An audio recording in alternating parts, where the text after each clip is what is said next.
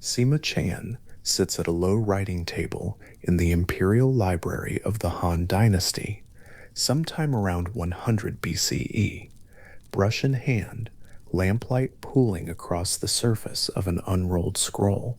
He has spent years gathering the lives of the great figures of Chinese history: kings, generals, ministers, astronomers, wandering persuaders, and for most of them, the work has been difficult in the ordinary way: too many sources, too many conflicting accounts, the task of sifting credible testimony from flattery and legend.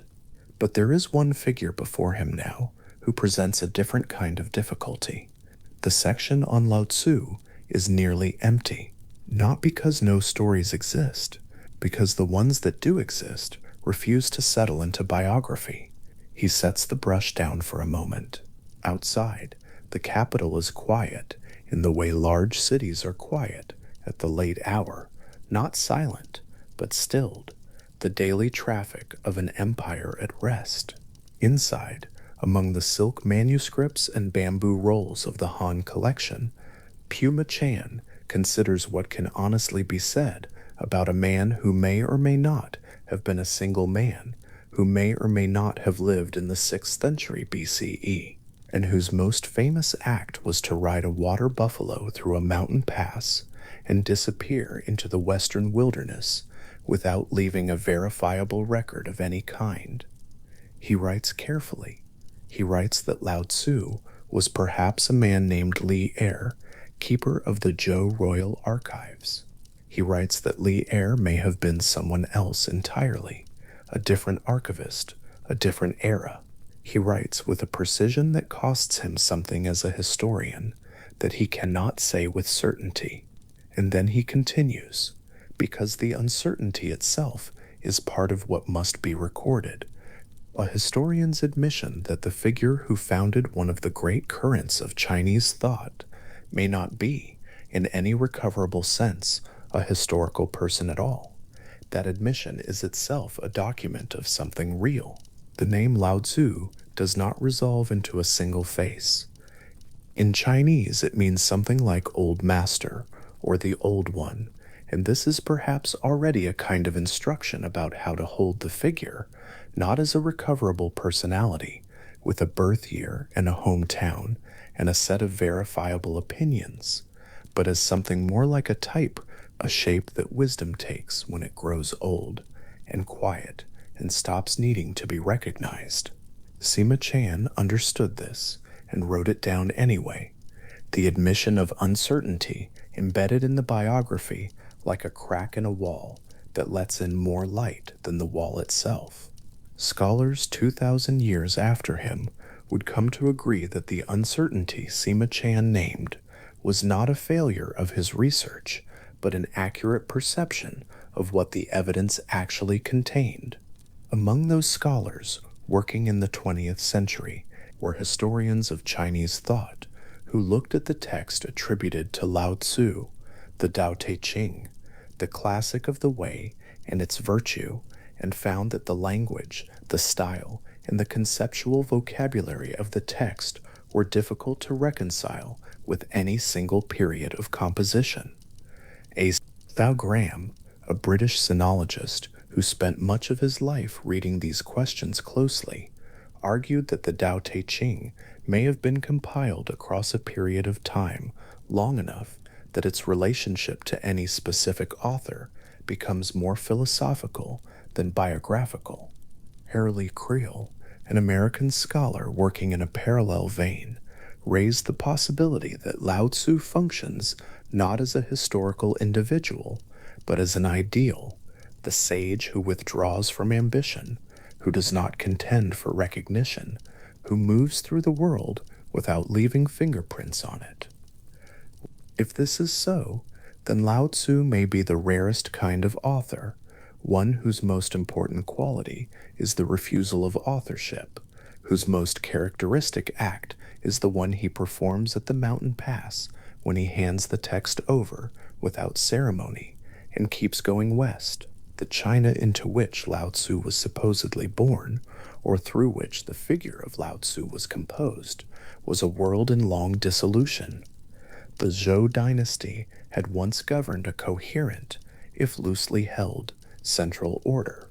But across the centuries that we call the Spring and Autumn period, and then the Warring States period, roughly from 770 BCE to the unification under the Qin in 221 BCE, that order had come apart with the patient thoroughness of a structure whose foundations had been quietly eroding for generations.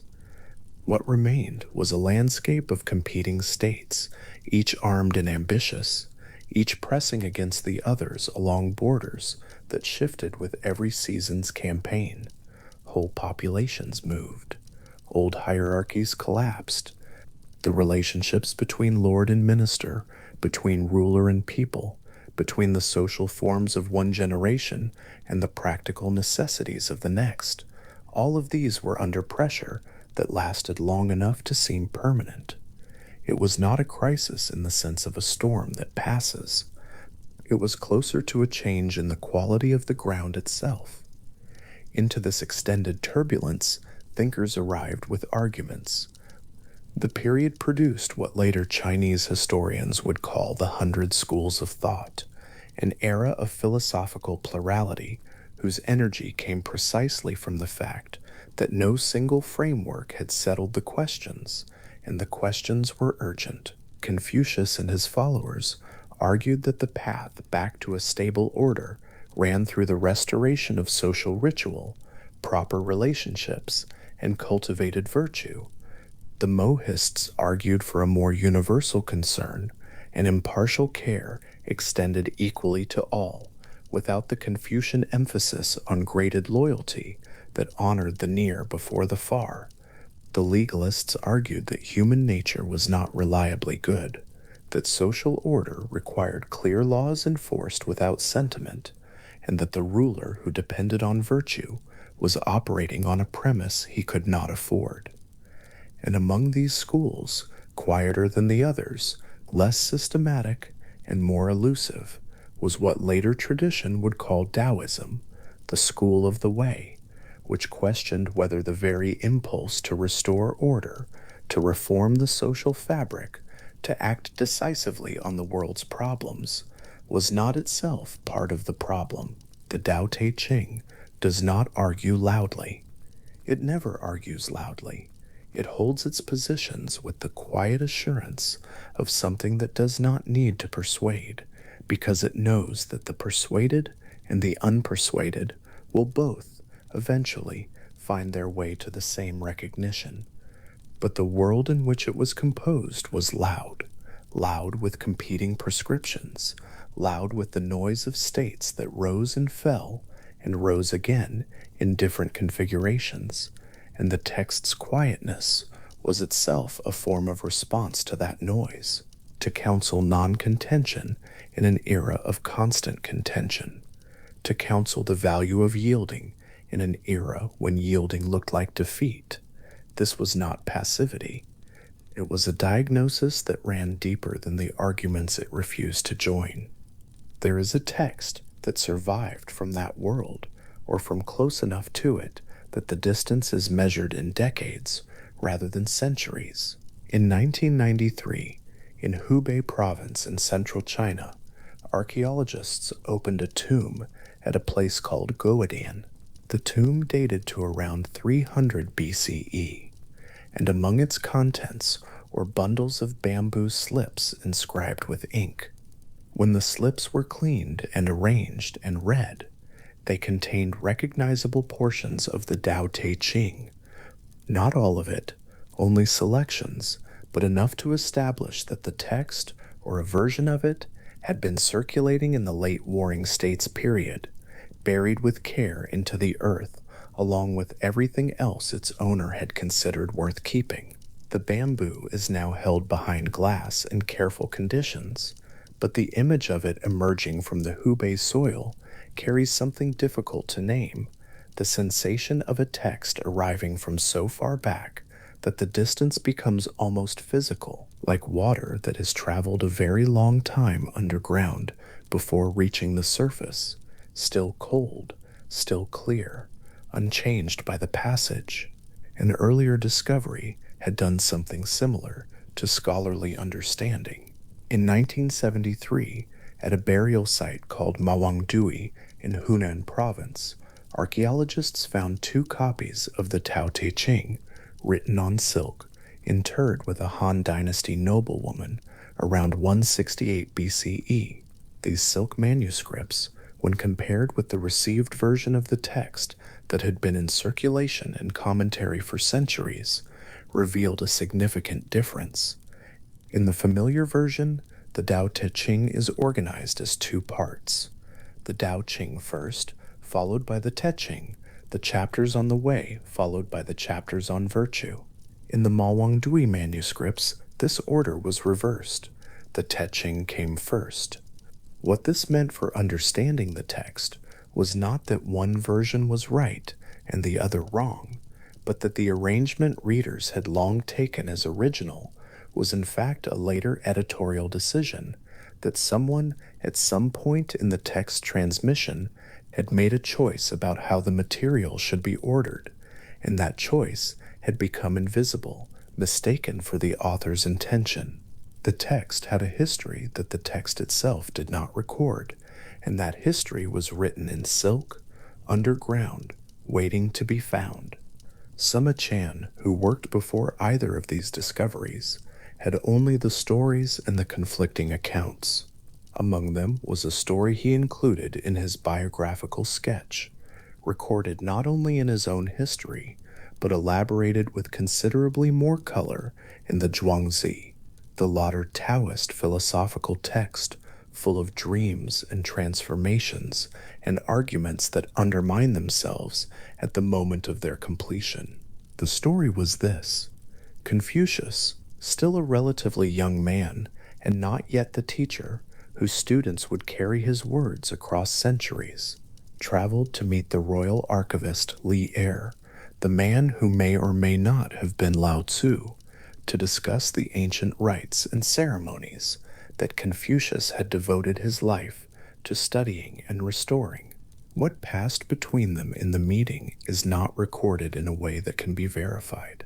What Confucius is said to have told his students afterward is recorded, and it is striking. He said that he had met the archivist and could not quite account for him. He had expected to meet a man he could understand, a scholar, a keeper of texts, a guardian of traditional knowledge. He had met something else. He compared the encounter to meeting a dragon, not a creature of fixed form and predictable behavior, a creature that moves through cloud and wind and is at home in altitudes where ordinary comprehension does not apply. This from a man not known for extravagant metaphors, a man whose philosophical project was precisely the careful ordering of human relationships, the naming of things correctly, the restoration of social forms that had gone out of use. To meet something he could only call a dragon was to meet something that his own categories had not prepared him for. The story is not biography. No one reads it as biography, and Sima Qian likely understood it in something like the way we understand it now, as a philosophical allegory, a way of dramatizing in a single meeting the fundamental difference in orientation between the two great streams of Chinese thought that would run alongside each other, sometimes converging, sometimes diverging, for more than 2,000 years after. The Confucian tradition would say that the world's disorder is a human problem requiring human effort, careful cultivation of virtue, restoration of social form, the long, patient work of educating people and restructuring institutions. The Taoist tradition would say that the disorder comes partly from the effort itself, from the imposition of human categories onto a world that already has its own order, if you know how to stop interrupting it. Between these two intuitions, there is a genuine and unresolved tension, and the story of the young Confucius meeting the old archivist and leaving unsettled holds that tension in a single image with a compression that no argument could achieve. What Lao Tzu is supposed to have told Confucius in that meeting varies by source. In some versions, he is gently critical. The men Confucius admires are long dead, their bones rotted, only their words remaining, and Confucius should be careful about carrying the words of the dead like a burden. In other versions, he says very little at all, and the meeting's content is less important than its texture, the quality of the presence that leaves a careful, articulate, systematically minded young man reaching for an image of a dragon as the closest thing he can find to a description. The allegory works in any version because what matters is not what was said, but what the encounter represents. Two different ways of understanding what it means to live well in a disordered world, coming face to face across the formal occasion of a visit, and each leaving unchanged in its fundamental orientation, though perhaps each carrying something it had not had before. What the archivist was supposed to have eventually done with his own life is the most striking part of the legend, and also the most clearly legendary. At some point in his old age, the date is uncertain, the circumstances uncertain. Lao Tzu is supposed to have recognized that the Zhou kingdom was declining past the point of recovery. This recognition did not produce grief or political mobilization. It produced a decision to leave. He loaded himself onto a water buffalo, turned toward the western border of the known world, and began to ride in the direction of the pass at Hangua, where the road narrowed between the mountains, and beyond which the civilization that had produced him thinned into country without name. Before he reached the pass, he encountered a border official named Yin Shi, who, according to some accounts, had been waiting. Yin Shi is described as someone who knew how to read the sky, who watched the configurations of stars and vapors and atmospheric signs with the attention of a trained interpreter, and who had observed, some time before, an approach from the east that he had been taught to recognize as the movement of a sage. He had turned his lamp toward the road and waited at the gate. The conversation between Lao Tzu and the border official Yin Shi is brief in every account. Yin Shi, recognizing who was coming and understanding that whoever this was intended to continue west into silence, asked him to write something down before he went, something to leave behind. The request is presented in the legend as having been honored without objection, without discussion of terms, without any of the negotiations that authors in other traditions are prone to engage in when asked to produce their work. Lao Tzu is supposed to have composed the Tao Te Ching, 81 brief chapters on the nature of the way and the virtue that flows from alignment with it, in a single sitting or something close to it, and to have handed the manuscript to Yin Shi without a word of explanation or ceremony. Then he continued west. The road narrows in every account. He goes around the bend. He is not seen again by anyone whose testimony has been preserved. The Guodian bamboo slips, the Mawang Dui silk manuscripts, Sima Chan at his writing table, unable to settle the section into biography, A.C. Graham and Hurley Creel, measuring the distance between historical person and philosophical archetype. All of these are ways of returning to the same question, which is what kind of existence a teaching has when it has been separated from its author, when the author's life will not corroborate or explain what the text says, when the text has been found in different orders and different periods and different forms, and has each time turned out to be recognizably itself, still carrying the same quality. The Tao Te Ching has been translated into more languages than any other book except the Bible. It has been held and read and returned to by people who had no access to the Chinese philosophical context that produced it, and who found in it something that addressed their situation anyway. It has been found in Hubei tombs and Hunan silk, and the memories of commentators stretching back further than most written traditions in the world can trace their continuous threads. Whatever Lao Tzu was, a man named Li Er, a composite figure, a later editor's reconstruction, a philosophical archetype, given a name and a water buffalo, the text has proven capable of surviving without him. This is perhaps the most Taoist thing about the Tao Te Ching's own history. The text counsels non-attachment to name and form. It argues that the most enduring things move without insisting, work without claiming credit, teach without asserting the role of teacher. Its own history of transmission has demonstrated exactly this property: surviving editors, surviving multiple orderings, surviving the disappearance of its supposed author into a Western wilderness without documentation, arriving into the present, still coherent, still capable of stilling a reader into silence, as though the words were doing something that does not require a named human source to keep working. The 81st chapter, the last one, ends with a phrase that translates as something like, "The sage does not hoard. The more he does for others, the more he has. The way of heaven benefits without harming. The way of the sage acts without contending." The word for contending implies striving, competing for position, insisting on priority. The text ends by refusing to contend, even for its own importance. This is either a very sophisticated rhetorical move, or it is a genuine demonstration of the principle it is describing, or it is both at once, and the impossibility of distinguishing between them is part of what the text is. The border official Yin Shi, by most accounts, does not appear again after the encounter at Hangu. He takes the manuscript. He watches the water buffalo carry the old man around the last visible bend in the western road. What he does with the text, what he thinks standing there with it in his hands, is not part of the legend.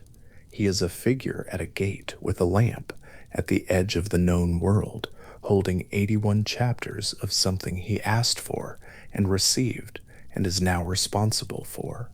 The lamp is still burning. Beyond the gate, the road goes on into country that has no name in the maps that the archivists of the zoo kept, the maps that the man on the water buffalo had spent decades maintaining and was now leaving behind. The text in Yinshi's hands will eventually find its way into copies, commentaries, controversies, silk manuscripts, bamboo slips, translations, in the reading hands of people living in circumstances Lao Tzu could not have imagined. But at this moment in the story, it is simply a manuscript being held at a mountain pass in the late evening, with the sound of the western wind coming through the gate, and the lamp still burning, and the last visible evidence of the man who wrote it already gone around the bend in the road. The teachings that the text carries do not depend on Lao Tzu having existed in any recoverable form. This is not a diminishment of the text. If anything, it is an argument for the depth of the insight that a philosophy counseling non-attachment to fixed identity has itself demonstrated across 2,500 years, the capacity to persist without a fixed identity, to survive the uncertainty of its own origins, to be equally itself, whether it was written by a single archivist in the 6th century BCE or compiled by several hands across a period long enough that no single biography can contain it. The most enduring teachings, it may be, belong to no one in the way that water belongs to no one, present in every landscape, working without preference for any particular vessel, taking the shape of whatever holds it without losing the quality that makes it what it is. The road that narrows westward past the gate at Hango goes somewhere that the maps cannot follow. The lamp is left behind. The text remains. And somewhere in the western distance, growing smaller on a road that has not been named, a man on a water buffalo continues without looking back, carrying nothing that has been documented, leaving behind a weight of words that will outlast every dynasty, the Zoo archives ever held.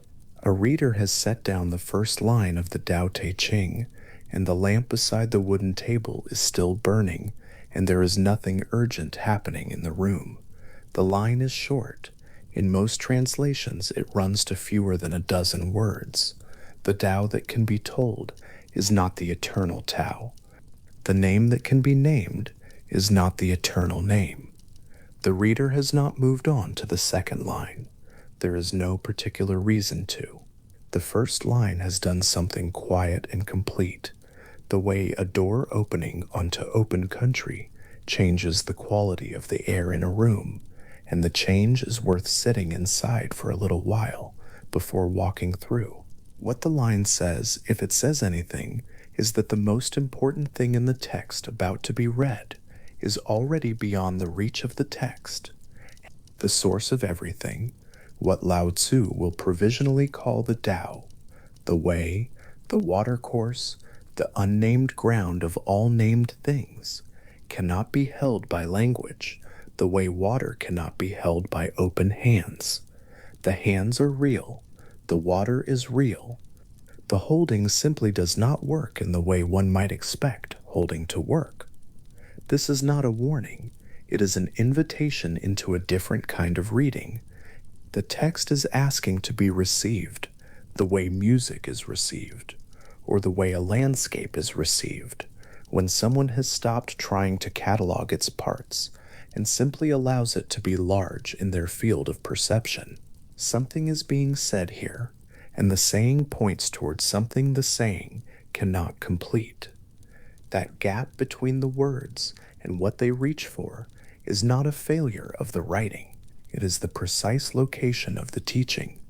The word Tao, in its earliest written form in classical Chinese, carried a meaning close to road or path, the way a traveler moves through country, the way of going that is already there in the terrain before any particular person walks it. By the time Lao Tzu used it, or by the time the text attributed to him was composed, the word had gathered additional weight. It meant not only a path, but the underlying pattern that makes all paths possible. The deep grammar of the world that expresses itself through 10,000 particular things without being reducible to any of them. It was the principle before the principle had found its form. Chapter 25 of the Tao Te Ching reaches for this. Something formless and complete, the chapter begins, something that existed before heaven and earth were distinct, before the sky had separated from the ground, before the 10,000 things had differentiated themselves into their individual shapes. Silent, undivided, already whole. The author turns this over, considers it from several angles, and acknowledges that the name Tao is provisional, the best available approximation, a hand pointed towards something the hand cannot touch. For lack of a better name, the chapter says, I shall call it the Tao. For lack of a better description, I shall call it great. The greatness being described here is not the greatness of height or power. It is the greatness of a source from which everything flows without the source itself diminishing.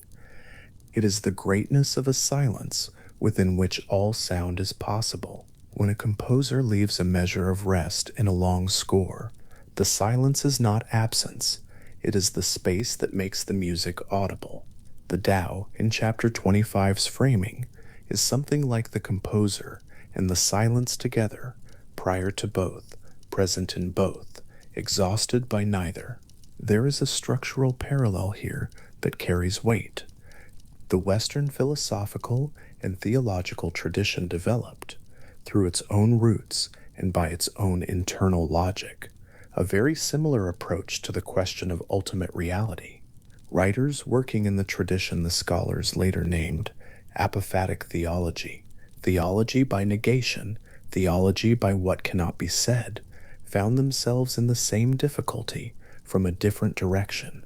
Pseudo-Dionysius the Areopagite, writing perhaps around the 5th or 6th century of the Common Era, held that God was so far beyond any category human language possesses that the most truthful statements about the divine were negations. Not this, not that either. Beyond being in any sense we understand being. Beyond goodness, in any sense we understand goodness. The theological project was not to accumulate positive descriptions, but to strip them away, one by one, until what remained was a silence pointing towards something language had never reached. Lao Tzu was not writing theology. The Tao is not a deity in the sense that term carries in Western religious thought. It does not love, does not judge, does not hear prayers or answer them. But the formal approach shares something essential, the recognition that the most honest account of the deepest reality is an account of what cannot be said about it. Both traditions found that the approach of positive definition kept falling short, that every name attached to the nameless thing made it smaller than it was, and that the honest response was to hold the silence rather than fill it. The lamp is still burning by the reader's table. The first line of the text is still there on the page. Nothing has been explained away. The silence is still large. The first chapter of the Tao Te Ching does more than open with a paradox. It builds a cosmological architecture in two paired concepts that the classical Chinese brings together with a precision that most translations labor to carry across. Wu, non-being, absence, the state before differentiation, and you, being, presence, the state of distinct and nameable things. These two are not simple opposites, the way darkness and light are often understood to be opposites, each canceling the other out. They arise together. They name two aspects of a single reality. Non-being is the name for the Tao, regarded as the boundless source, before any particular thing has emerged from it. Being is the name for that same Tao, regarded as the mother of the 10,000 things, the generative ground from which form and distinction and the particular world have come.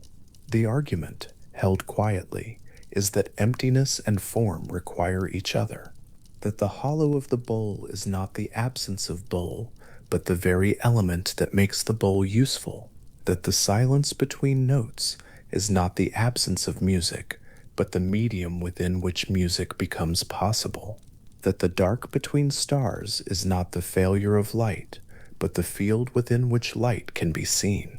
Wu and you do not stand against each other.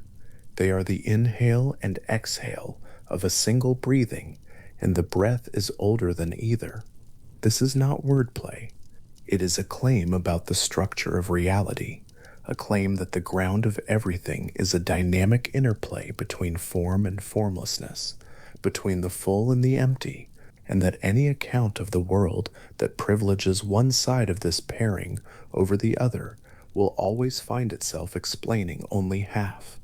Later chapters of the text will return to this again and again, finding it in the hollow hub of a cartwheel, in the empty chamber of a clay jar, in the open space between a room's four walls. The teaching is not abstract. It arrives through objects, through the particular weight and presence of things anyone might hold. A cartwheel rests against a stable wall in the early morning. The air is still. The yard outside is empty. 30 spokes radiate outward from the center of the wheel to its rim, and each spoke is necessary, and the wheel holds its shape, because every spoke finds its end in the outer ring and its beginning in the hub. But the hub itself, the center point around which the whole structure turns, is not a spoke. It is not wood at all. In the operative sense, it is an open circle of air. The axle passes through it. The wheel turns around it. The entire function of the wheel, all the carrying and rolling and journeying it makes possible, passes through that central emptiness. Chapter 11 of the Tao Te Ching presents exactly this observation. 30 spokes share the wheel's hub, and it is the center hole that makes it useful.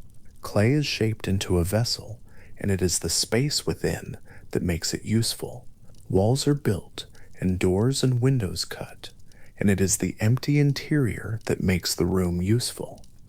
Therefore, the chapter concludes, what is present enables, what is absent makes it work. The distinction is careful. Presence and absence are not competing goods, one to be maximized and the other minimized. They are partners in a particular kind of cooperation that produces everything functional, everything inhabited, everything alive. The spokes without the empty hub are a pile of sticks. The clay without the hollow is a lump. The walls without the open space they enclose are just four surfaces touching the air from the outside.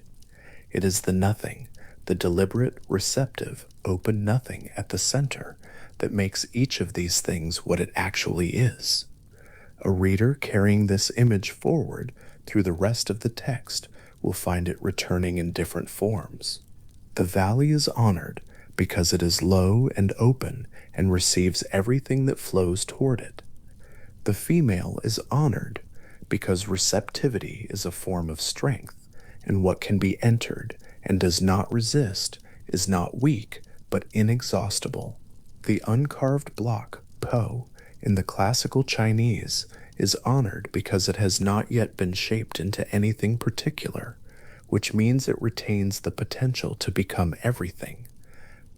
These are not separate images, but the same image in different clothes. The principle that the unoccupied, the hollow, the open, and the undetermined are not lacks but reservoirs. It is worth pausing here over the word the translator has trouble with. Tepel, the second half of the Tao Te Ching's title, the half that usually becomes virtue or power or integrity in translation, carries a specific meaning that none of these English words fully reaches. It names the natural potency of a being when that being is fully and unself-consciously what it is. A tree in its seasonal rhythm, putting out leaves in spring, losing them in autumn, standing bare through winter without distress, flowering again when the conditions are right, expresses Te through its complete and unstrained naturalness. It is not trying to be a good tree. It is not following a set of rules about treeness. It simply is in the particular way that tree is, and the vitality that moves through it is Te. Chapter 38 draws a difficult but essential distinction inside this. Pai Te, the chapter says, does not strive to be virtuous. Because it does not strive, it truly is virtuous. Lo Te clings to virtue. Because it clings, it has lost it. The argument cuts against every moral system that locates goodness in effortful compliance with a rule. If goodness requires striving, if one must work to be good, must remember to be good, must override one's nature in order to be good, then the goodness achieved is of a lesser kind, dependent on continuous effort, fragile in the way that anything maintained by force is fragile. The argument here is one of the places where Lao Tzu and Confucius most deeply diverge, and the divergence is not superficial. Confucius built his entire ethical project around cultivation, the deliberate, sustained, socially embedded practice of ren, or benevolence, of lidi, or ritual propriety, of the careful internal work of becoming someone whose actions accord with virtue. The Junzi, the noble person in Confucian terms, is not born but made, shaped by years of study and practice and the friction of community life. There is something genuinely beautiful in this vision, the idea that the good is something one can grow toward, that character is crafted, that history and community and education are among the most important moral facts about a life. Lao Tzu's response, made from a different ground, is not that this is wrong exactly. It is that cultivation aimed at virtue produces a kind of virtue that carries the fingerprints of the effort, that the sage who has worked hard to be generous will find, at some subtle level, a trace of the work in the generosity. The genuinely generous heart does not notice its own generosity.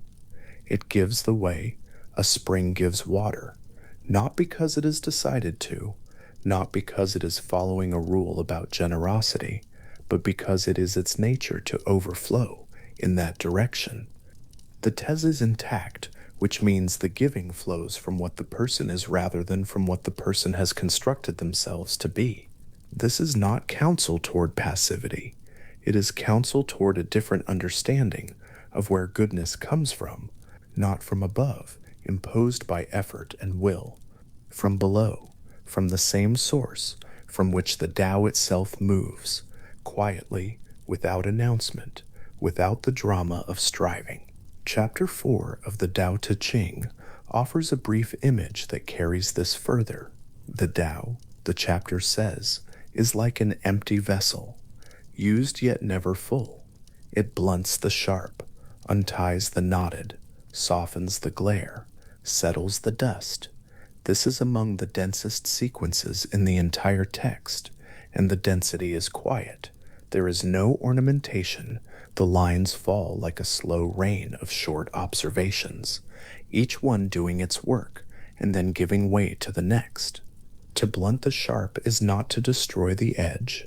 It is to take what is hard and pointed and insistent and find in it a gentler form, the way a knife that has been properly cared for develops an edge that is fine rather than jagged.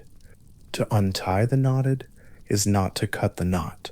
The knot is the problem of the thinker who cannot find the way through the difficulty, and the Tao does not solve the problem by breaking it, but by sitting with it long enough that the tension relaxes and the threads find their own way apart. To soften the glare is not to extinguish the light. It is to find the quality of illumination that allows things to be seen clearly, rather than the blinding brightness that makes everything invisible in its excess.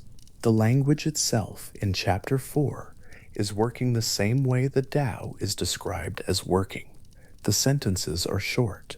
They do not argue. They offer something and then stop.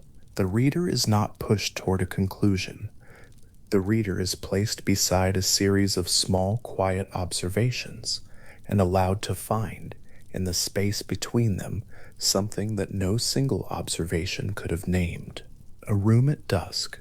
The light has been low for an hour and has not yet left entirely.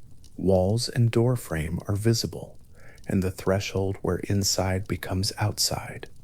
The inhabited space between those walls, the open air that fills the room, the volume of nothing that the walls have gathered around themselves, is where someone will sleep tonight.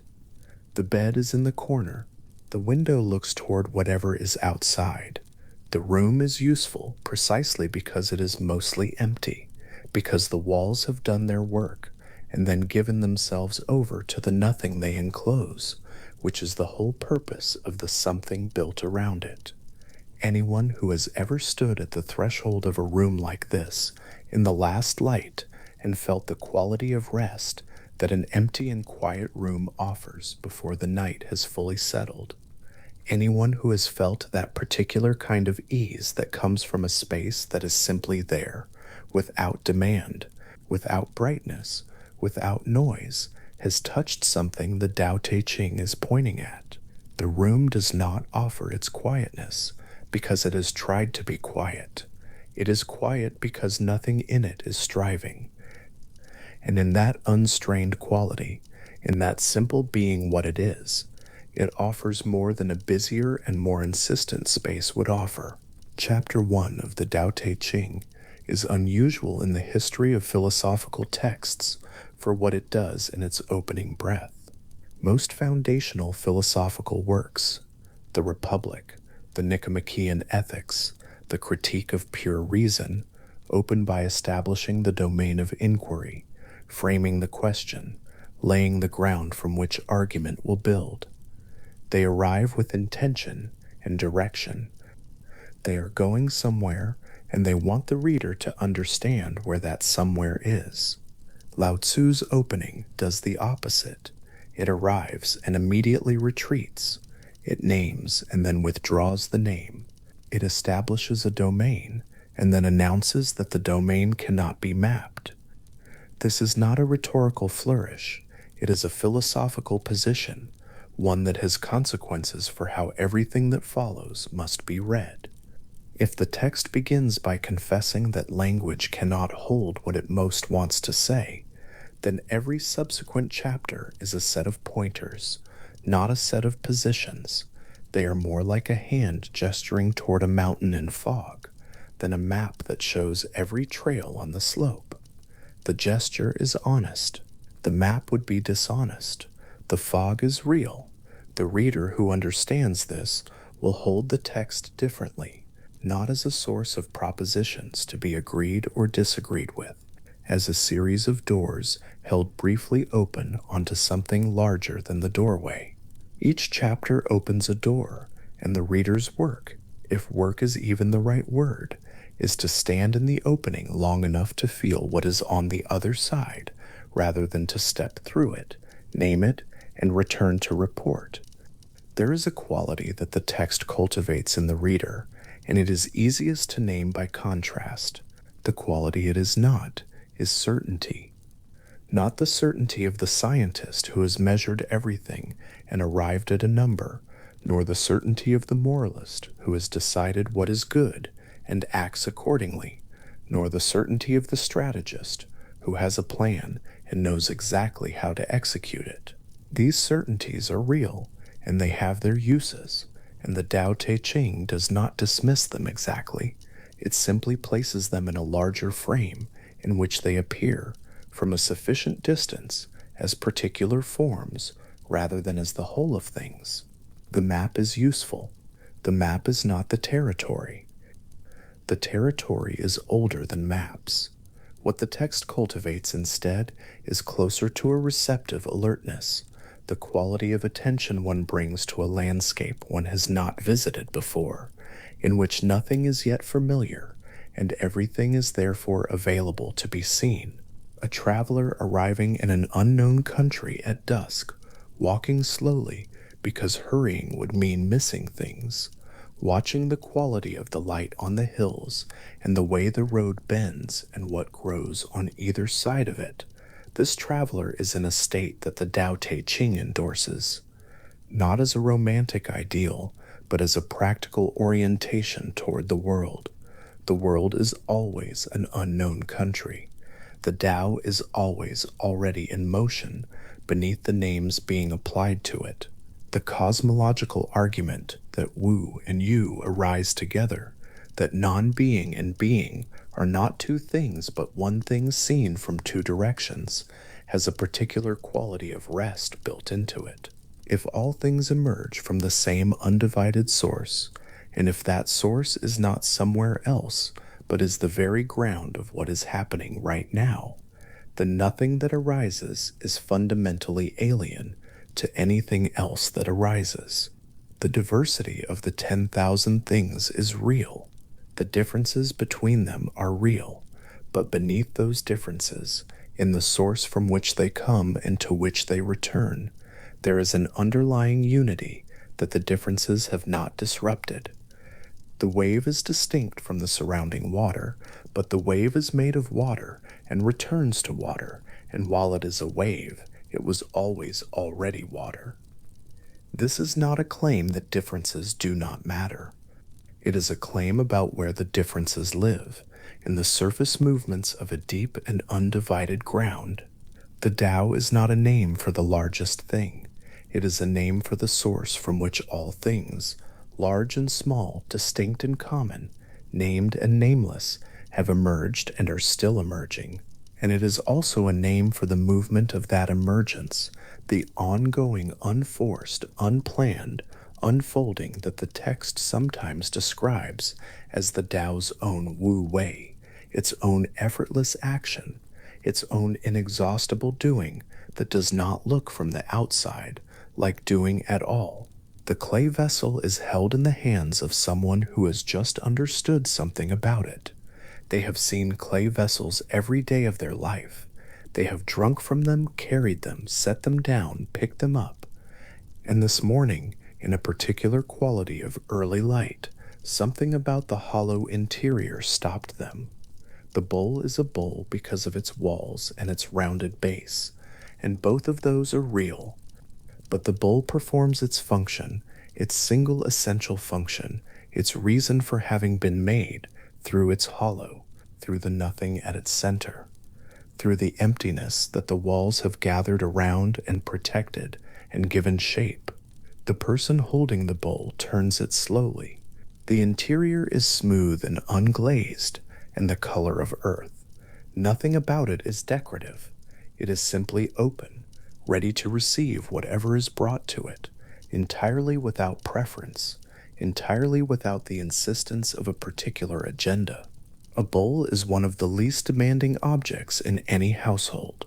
It waits, it holds, it does not ask to be anything other than empty until something is given to it. There is a Taoist quality in that waiting. There is a Taoist quality in the willingness to receive without preference, to hold without grasping, to be empty as a structural necessity rather than as a lack. The bowl is not less for being hollow. The hollow is the bowl's best quality, the quality that every other quality, the smooth walls and the steady base and the rounded rim, exists to protect and maintain. Emptiness, in the Tao Te Ching's account, is not a problem. It is the whole point. The concept of Te, as chapter 38 develops it, carries a particular implication that is easy to pass over quickly, but rewards sustained attention. The distinction between high Te and low Te is not finally about effort versus ease, though that is part of it. It is about alignment. High Te characterizes a being whose action flows from its nature, whose goodness is the goodness of a thing being fully what it is, undivided, unstrained. Low Te characterizes a being whose action is driven by something external to its nature, by a standard imposed, a rule followed, a virtue performed for an audience, including the internal audience of the self watching itself. The distinction carries consequences. A tree growing on a hillside does not perform its growth. The growth is what happens when nothing in the environment is preventing the tree from being what it is. The leaves turn toward the light, not as a decision, but as an expression of what the tree already is. The roots reach toward moisture, not as a strategy, but as an expression of the same. There is no gap in the tree between what it is and what it does. The Te is intact. The Tao flows through it without interruption. In a person, something more complex is available, and that complexity carries both risk and possibility. The possibility is consciousness, the capacity to wonder, to choose, to turn toward the Tao with something like recognition, to cultivate the conditions under which the Tao can flow through a life without obstruction. The risk is also consciousness, the capacity to interpose the self between nature and action, to perform rather than simply be, to strive toward goodness in a way that produces a kind of virtue that has the texture of effort in it, rather than the texture of water finding its level. What chapter 38 is pointing toward, in its compressed and unsentimental way, is the distinction between these two textures. And it is asking without asking. It never asks directly whether the virtue one is most interested in is the kind that feels like performance, or the kind that feels like weather. A scholar has been sitting with the Tao Te Ching for some years, not studying it in the way one studies a text for an examination, looking for positions to be memorized, arguments to be evaluated, conclusions to be agreed or disagreed with. Sitting with it the way one sits with a particular piece of music that means something and continues to mean something as the years accumulate, returning to it in different seasons of a life, and finding it slightly different each time, not because the text has changed, but because the reader has, And the relationship between a reader and a text is always partly about where the reader is standing when they look. This scholar noticed at some point in the years of sitting with the text that the opening line had become different. It had become less paradoxical and more true, not because the paradox had resolved itself. The Tao that can be told is still not the eternal Tao. The name that can be named is still not the eternal name, but because the scholar had stopped needing it to resolve. The apparent contradiction had widened into a landscape. What had first looked like a door being closed, the text announcing its own inadequacy in its first breath, had become, over time, a door being held open onto something too large to name, but not too large to move inside of. This is one of the gifts the Tao Te Ching offers a reader who stays with it. Not resolution, not the click of a concept becoming clear, something slower and wider than clarity, a gradual increase in the capacity to hold the nameless, to rest inside the paradox without needing it to be otherwise, to feel the space between Wa and You as a breathing rather than a problem. The first chapter ends with a line that most translations render something like, under these two aspects, they are really the same. The sameness has a name, and the name is mystery, mystery upon mystery, the gateway of all wonders. The word translated as mystery in the Chinese is xuan, which carries the meaning of deep, dark, obscure, the color of the sky, at the moment when blue becomes black, when the last light has gone and the darkness has not yet settled into its full weight. It is the color of dusk from the inside, the color of depth, the color of water at the bottom of a well. Xuan, the gateway of all wonders, is not a bright place. It is a deep and quietly dark place, and the approach to it requires the kind of vision that is not strained toward light, but has learned to be comfortable in the dark. This is why the Tao Te Ching is, among other things, a text for the night hours, not because it is difficult to follow, but because its central quality of attention is exactly the quality of attention that the dark cultivates in a person who does not resist being in it. The eyes stop straining after objects, something wider and less directed opens up. The darkness offers not nothing, but a different and more spacious kind of seeing. The lamp is still burning by the reader's table. The text is still there. The first chapter is still only a few lines long, and somewhere in the space between the words, in the xuan, the deep and unhurried dark that the text points toward, without being able to enter, something is quietly present that no sentence has yet named, and no sentence will. Tient, at its fullest, is not a concept to be understood. It is something to be recognized, the natural potency that flows through a thing when nothing is preventing it from being what it is. A tree in its seasonal rhythm has it. A river finding its way toward the sea has it. A person who has stopped performing their own life and allowed the deeper movement beneath the performance to surface, this person has it, not as an achievement, but as a return. Chapter 38's sage does not strive after virtue, and therefore is genuinely virtuous. This is not advice to be passive, or to give up on moral life, or to settle into whatever impulse arises. It is something more precise and more difficult. It is the counsel to find the place in oneself where action flows, not from the anxious or ambitious self, but from the deeper current that runs beneath it, the current the Tao Te Ching calls the Tao, the current that every living thing participates in, whether it knows it or not, the current that flows and does not rush, and does not strive, and does not need to announce what it has accomplished, because it has accomplished it the way a season accomplishes its work, fully and without signature.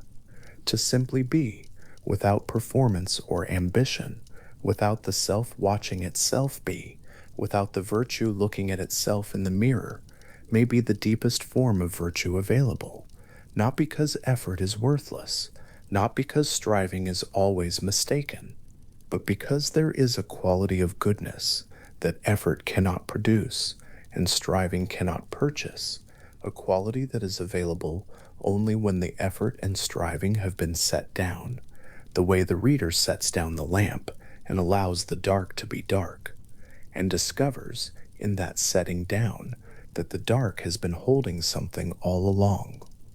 In the 8th chapter of the Tao Te Ching, Lao Tzu sets aside the long work of arguing about the nature of things and turns instead to a single image. The sentence arrives without preparation. It does not build toward anything or qualify what it offers. It simply says, "The highest good is like water," and then it stops, the way a stone dropped into still water stops before the ripples begin, in that motionless interval between the dropping and the spreading, when the surface has accepted something new and has not yet decided what to do with it. There is a particular quality to the silence that follows a sentence of that kind. Not the silence of confusion, and not the silence of a question waiting to be answered. Something more like the silence of recognition, the quiet that comes when words have pointed at something the body already knew, something lodged so deep in ordinary experience that it has never needed a name until now. Water was always there. The way it moves was always visible. What the sentence does is not teach something new, but slow the looking down until the familiar becomes transparent, until the image gives way to what it was always carrying beneath. Set the scroll down on a wooden surface. Let the sentence rest. The highest good is like water. 7 words in translation, and in the original Chinese, fewer. A whole ethics compressed into a natural observation, so simple that a child could make it, and so patient that a philosopher might spend years unfolding what it holds. Water does not argue for its place in the world. It does not present credentials or insist on recognition. Wherever a low place exists, water finds its way there.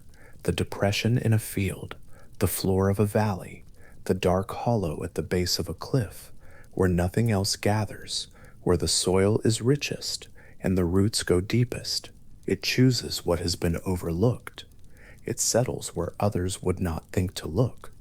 And in choosing the lowest place, it finds itself in precisely the position from which all life draws what it needs most: nourishment, coolness, depth, the quiet persistence of the not yet visible. This is the first quality Lao Tzu names, and it is worth staying with before the others arrive.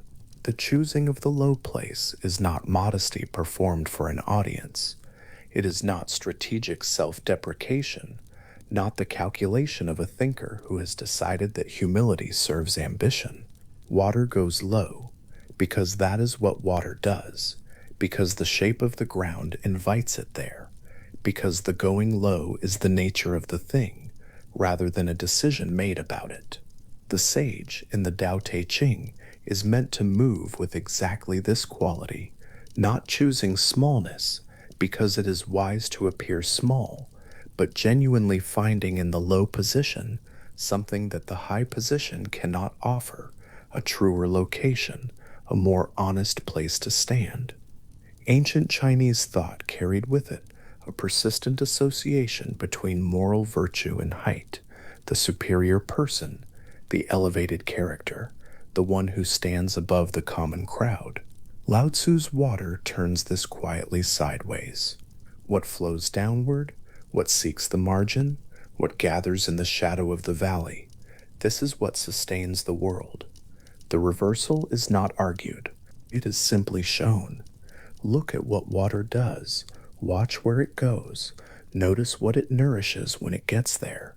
In the canyon country of the deep interior, where cliffs of red stone rise in walls hundreds of feet straight up, a river moves through the bottom of a darkness so complete at night that the water can only be heard and not seen.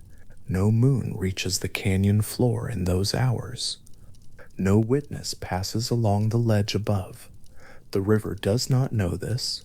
The river does not require the light, does not adjust its pace to the absence of observation, does not slow because nothing is watching it work. Stone surrounds it on all sides, some of it harder than anything the water has encountered in its long course down from the high country. And the water, in its going, in its particular kind of attention to the shape of the ground below it, has been widening that passage for longer than any of the stone can remember being stone, not by force, not by the application of a concentrated pressure that the stone could feel and brace against, by being, in every moment, exactly and only what it is, and going in every moment in the only direction the ground has made available, and doing this without interruption, without discouragement, without the need to see results. The passage widens, not in any single night, not in any single century, but the widening is not in question, and the water will be here doing what water does long after the stone has become sand. This is the image at the center of chapter 78, though the image arrives there compressed, the way all the essential things in the Tao Te Ching arrive, into a few lines that carry more weight than their brevity suggests. Nothing in the world is as soft and yielding as water. For dissolving the hard and inflexible, nothing can surpass it. Everyone knows this to be true. No one is able to practice it. That last acknowledgement is remarkable in a philosophical text. It is not modest, it is honest, and the honesty cuts in two directions at once. It concedes that the insight is not new, that the person reading the chapter has probably, at some point in a long life, already understood what water does to stone and already drawn some version of the obvious lesson. The knowledge is available. The knowledge has always been available. And still, what is it that prevents the practice? The Tao Te Ching does not answer this directly, but the logic of the text points at something specific.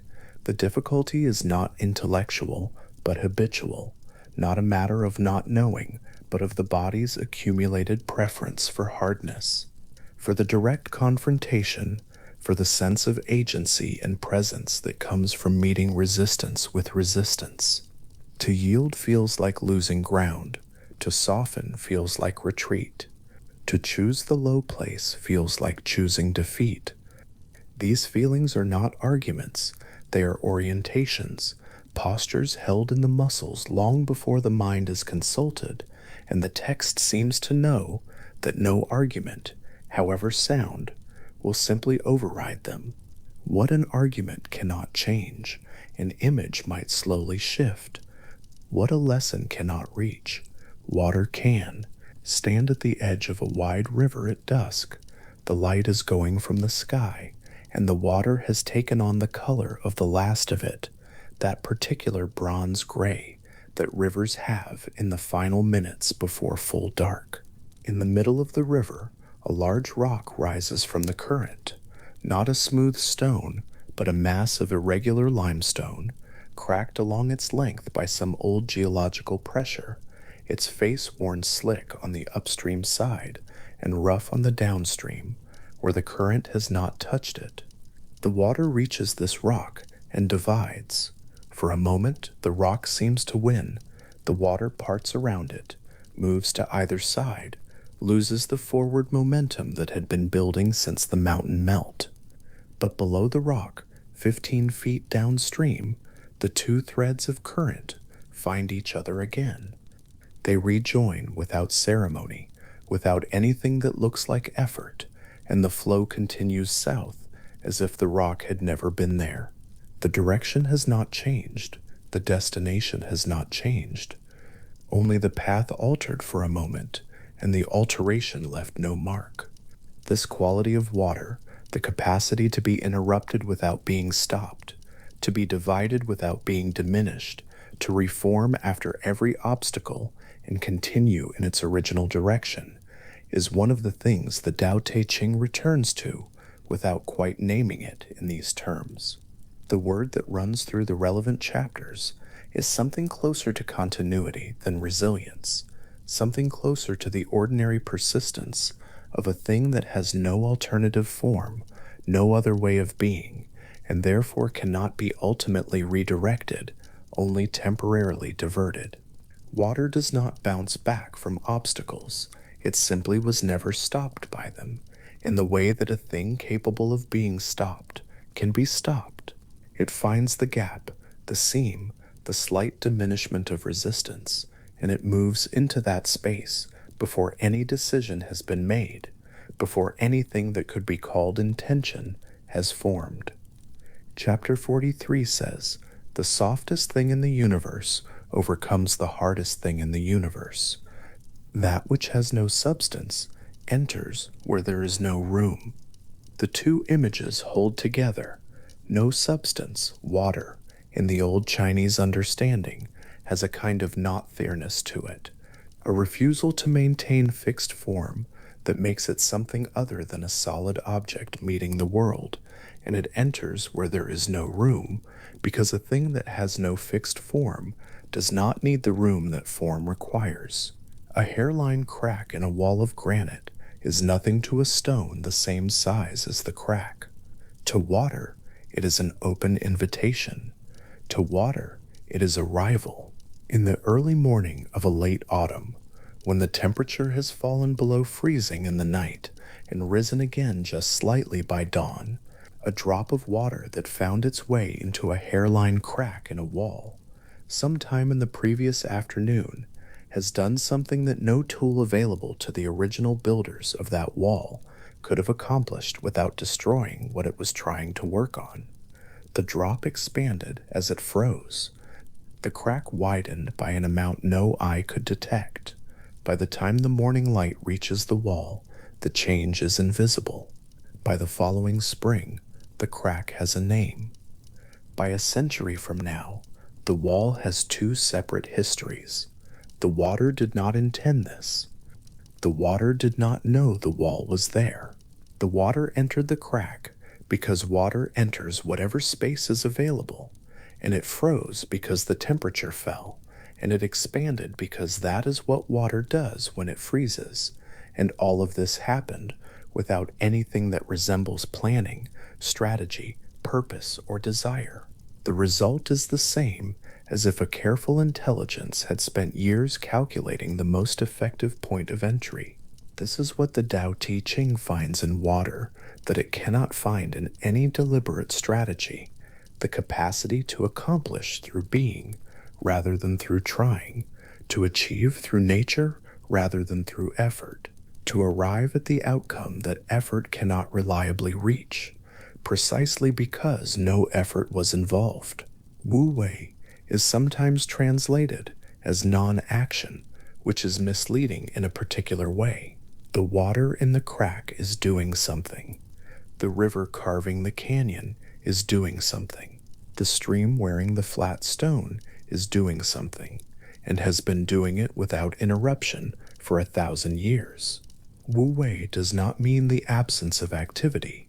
It means the absence of the kind of activity that strains against the grain of things, that pushes where the pushing creates friction and generates heat, and wears out long before the stone does. The water is not doing nothing.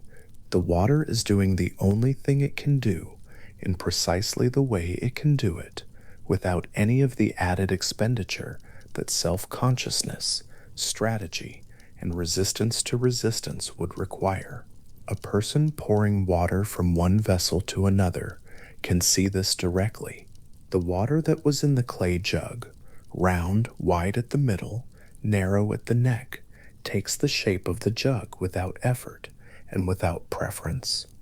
Transferred into a tall ceramic jar, it becomes tall and narrow with the same ease it showed in being round and wide.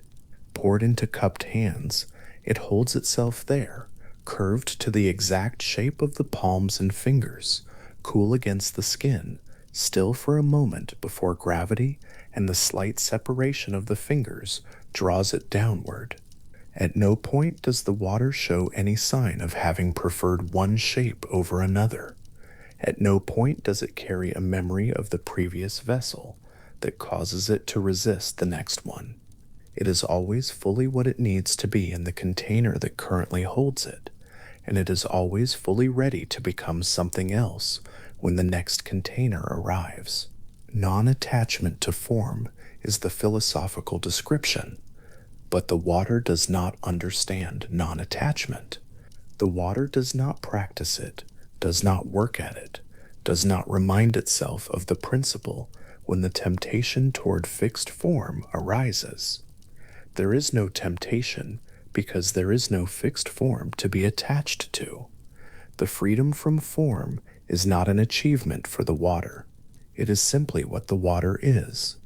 And the Tao Te Ching suggests in chapter after chapter that the sage, the person who has found a way to move through the world in alignment with the Tao, has arrived at something analogous to this. Not through the deliberate cultivation of detachment, not through years of practice at releasing fixed preferences, but through a kind of return to something that was always already available, always already the natural condition, before the accumulated habits of self-assertion layered over it.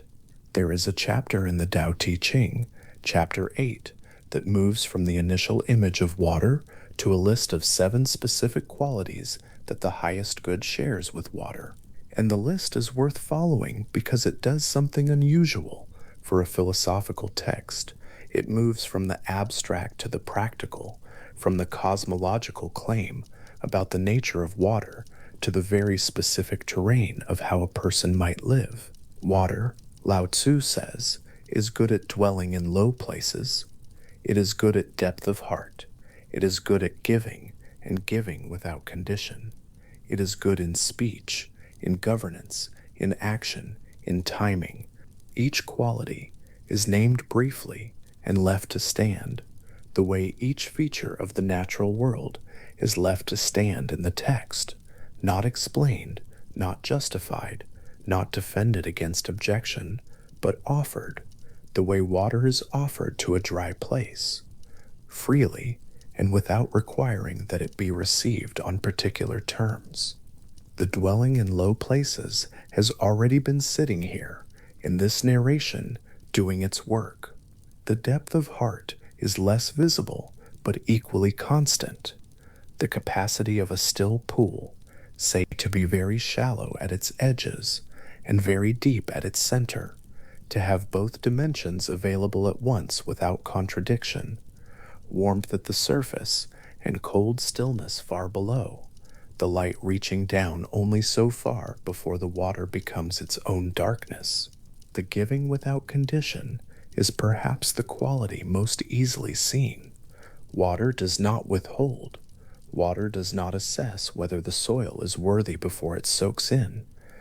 Water nourishes the garden and the weed with exactly the same generosity, the same completeness, the same indifference to whether what it is nourishing has been classified as useful or not.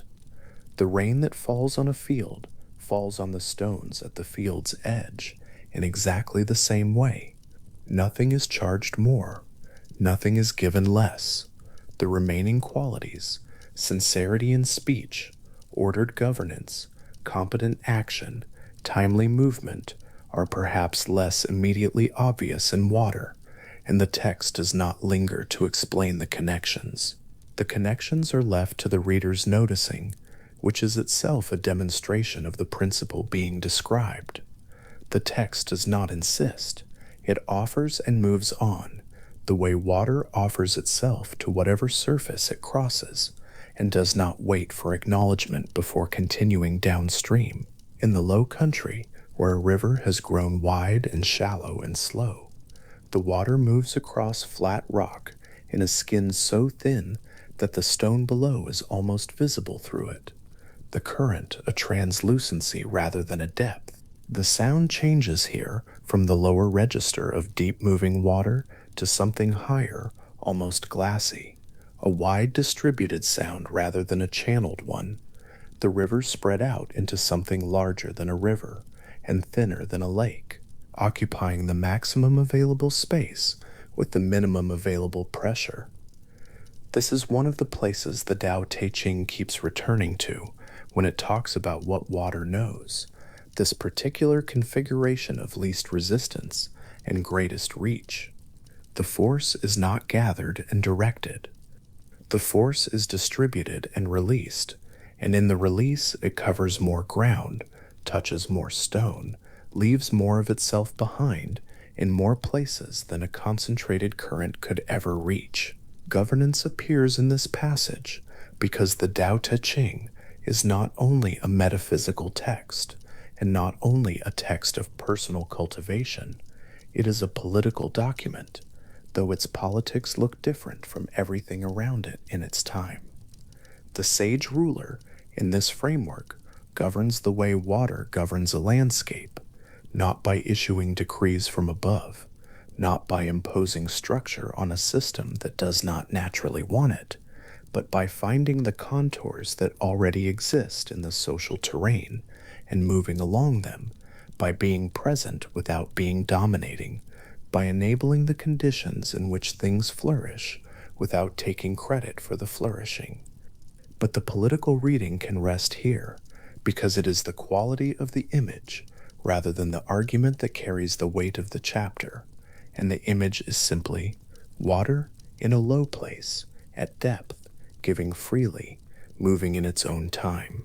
Chapter 66 adds one more angle to this accumulation of water observations. It says that all rivers and streams in the world run to the sea because the sea lies below them, and the sea, for this reason, is the king of all flowing things. The sea does not demand that the rivers come to it.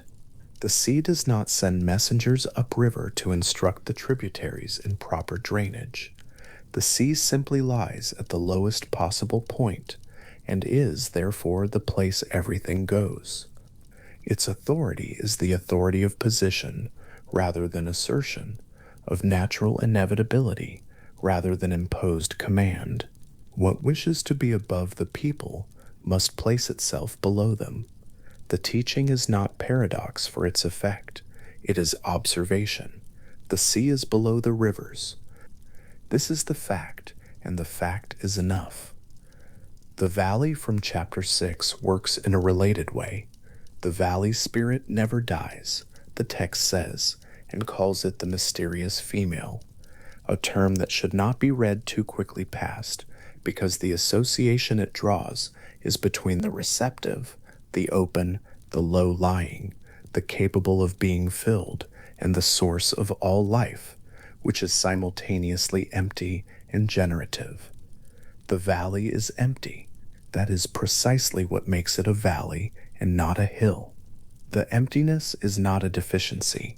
The emptiness is the functional feature.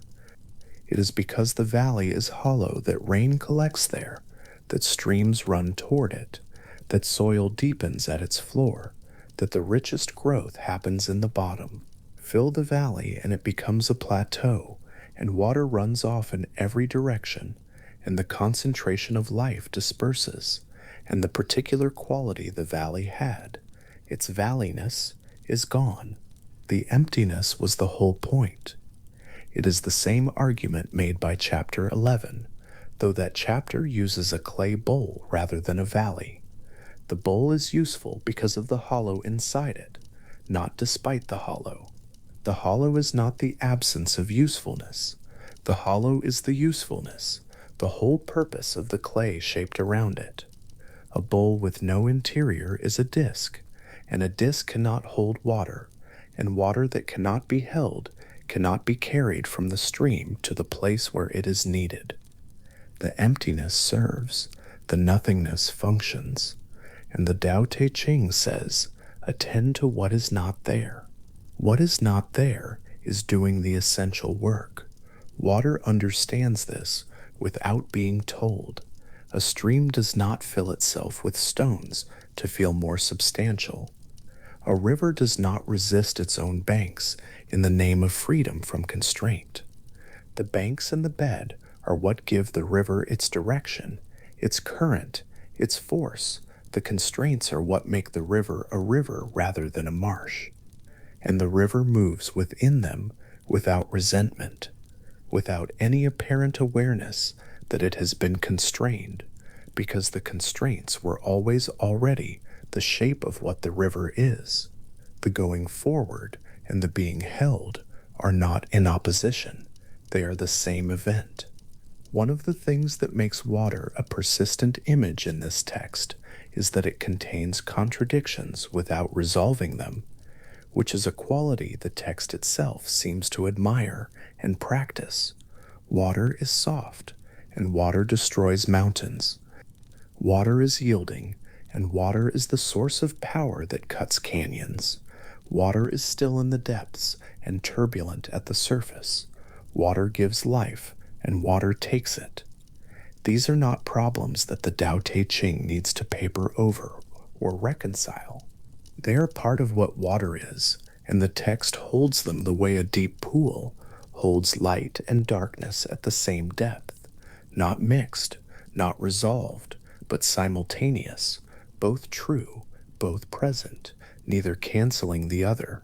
Chapter 76 approaches this from the other side, from hardness rather than from softness. What is alive is soft and flexible, it says. What is dead is hard and rigid. The living tree bends in the wind. The dead tree breaks in a storm. The infant's body is soft and yielding, the joints loose, the muscles unclenched, the movement rounded rather than angular. The old body stiffens toward death, the joints fixed, the movement angular and resistant, closer to wood than to water. The direction of travel from water to stone is the direction from life toward its ending.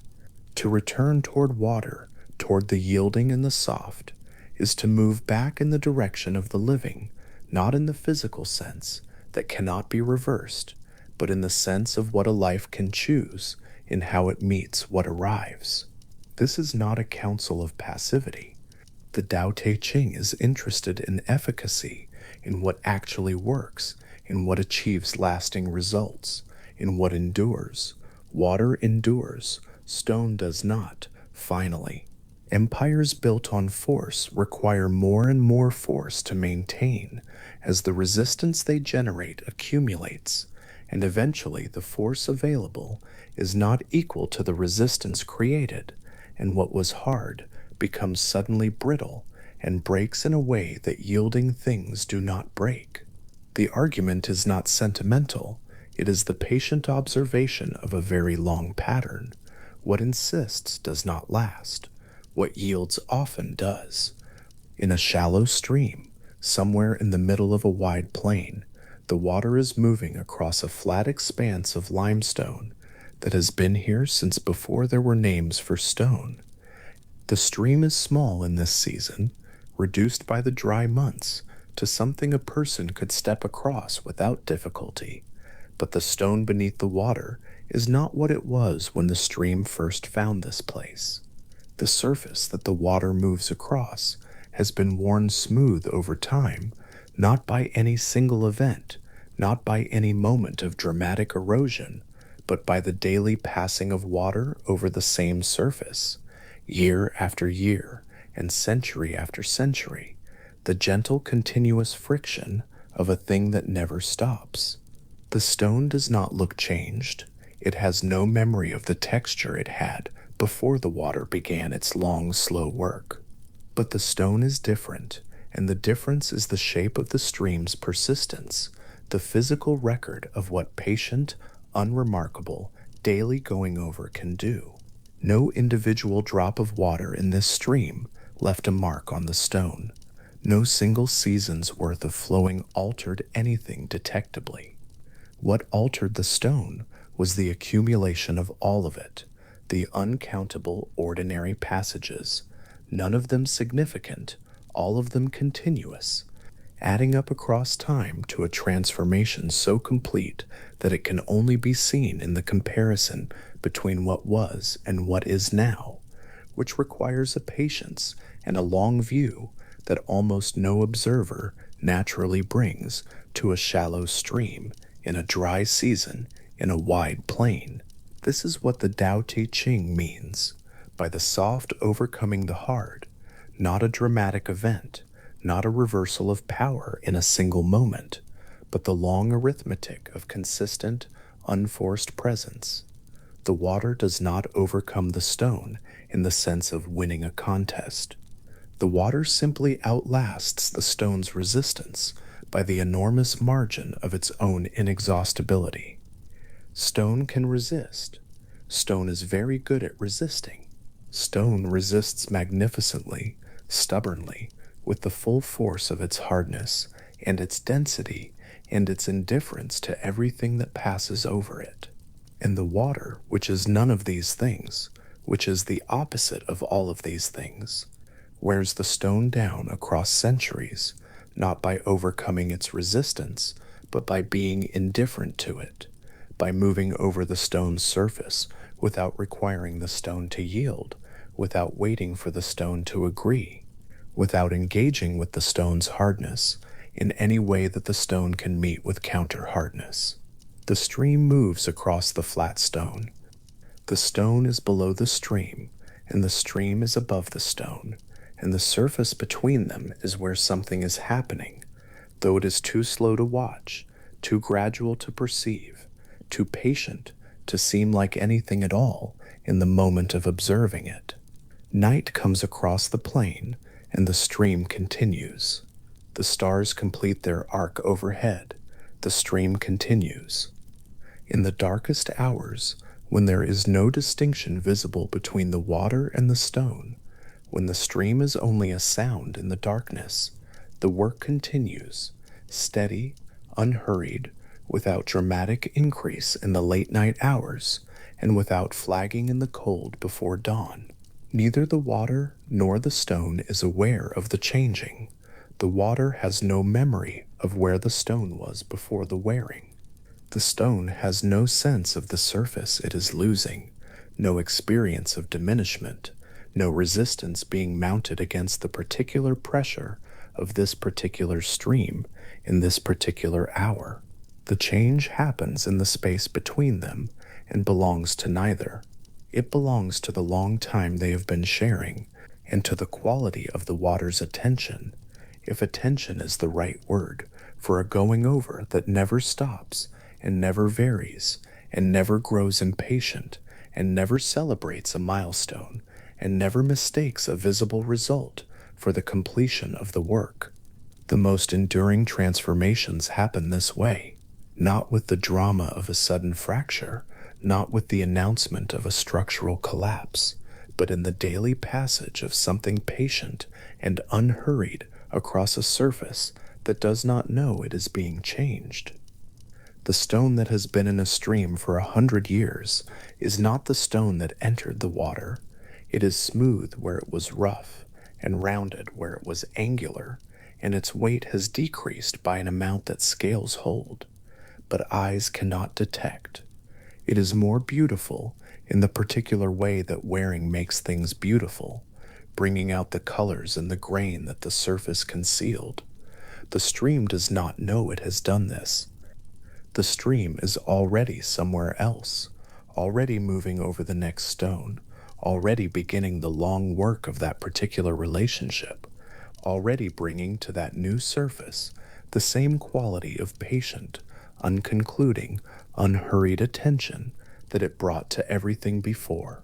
This is the image that carries the teaching farthest, not the dramatic canyon, not the ocean wearing the cliff, not the great geological transformation visible from above, but the shallow stream in the ordinary plain, moving across ordinary limestone in the ordinary dark, smooth stone below and unhurried water above, the sound of the going just audible, the change invisible, the patience of it without limit, the patience of it asking nothing at all. Heraclitus was standing at a river in Ephesus sometime in the late 6th century, before the Common Era, watching the water move past his feet in the early morning light.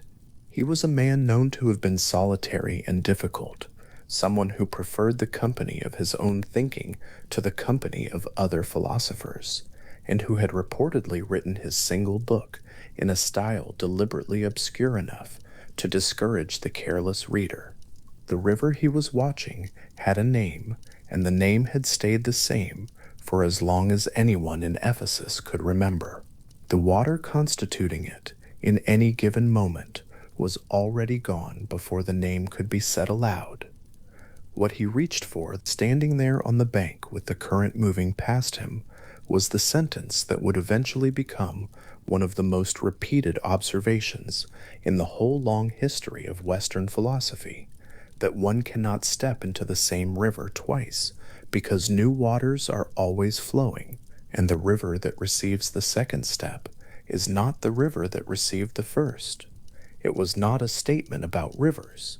The river was the argument. It was the clearest image available to a man trying to say something about the nature of all things. That reality is not a collection of fixed objects resting in permanent positions, but a continuous flowing, a perpetual becoming, in which what seems stable is stable only in the way a river seems stable, by maintaining its form while everything that constitutes it passes continuously through. The Logos, Heraclitus called it, not a word with a single clean translation, but carrying the weight of a governing pattern, a rational structure, underlying all change, invisible to those who move through their days without attending to it, yet operative in everything, the deep current beneath the surface of events. He had arrived at this not by studying a tradition, but by watching the world. The river was not an illustration chosen later to explain a position already held. The river was where the thinking happened. The water showed him what he was trying to say before he could say it. The way a natural image sometimes arrives ahead of the argument it will eventually carry. Across the landmass of the ancient world, in a different century, in a different civilization, Lao Tzu had been watching water too. The connection is not one of influence. No road ran between them. No text passed between the Zhou royal archives and the hillsides of Ionia.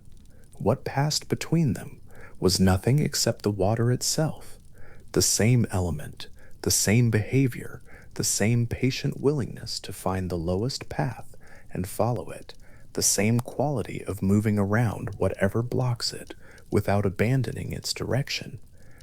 Two minds, separated by distance and era, had looked at the same thing and come to a structural convergence, as though the water had been waiting to teach both of them something it already knew. This convergence is not a coincidence to be remarked upon and set aside. It is the kind of evidence that carries weight, not the proof of a single true answer, but the sign of something the world itself keeps demonstrating, patiently, to whoever stops and watches long enough to see it. The Tao Te Ching holds that nothing in the world overcomes the hard the way the soft does, that water is the clearest visible instance of this, and that everyone already knows it to be true. Heraclitus, watching his river, had come to something close, that what appears fixed is flux, that the name persisting while the water changes is a clue about the nature of all apparent permanence, that reality is less a noun than a verb. The logos of Heraclitus and the Tao of Lao Tzu are not identical. The distances between them matter, and the differences deserve their full weight. The logos is a rational principle, something that governs and can, in principle, be understood. The Tao eludes the very language that attempts to name it, and exceeds every description that gets close. Heraclitus believed the logos was available to the attentive mind. Lao Tzu believed the Tao was what the attentive mind, having finally released its certainty, could only approach through a kind of patient emptying. Both had, though, arrived at the same river. Both had understood that the surface appearance of things, the fixed name, the stable form, conceals a motion underneath that is more fundamental than anything that seems to stand still. From those early centuries, the thread continues. It arrived in Rome by the time of the Stoics, changed in character, hardened somewhat into a philosophy of will and discipline, but carrying at its center something that rhymes with what water knows. The Stoics distinguished between things within one's power, one's own judgments, impulses, desires, responses, and things outside it, health, reputation, the weather of external events. They did not say that health was worthless or that reputation meant nothing. They said, carefully, that these things were worth preferring, but not worth clinging to with desperation. The philosopher Epictetus, who had been born a slave and had learned what it felt like to have one's external conditions determined entirely by another person's will, was particularly clear on this.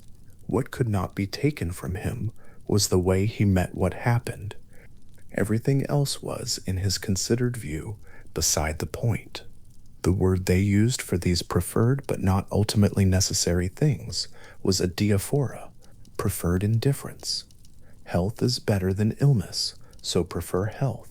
Work for it, reasonably, without the frantic grip of someone who believes their well-being depends entirely upon securing it.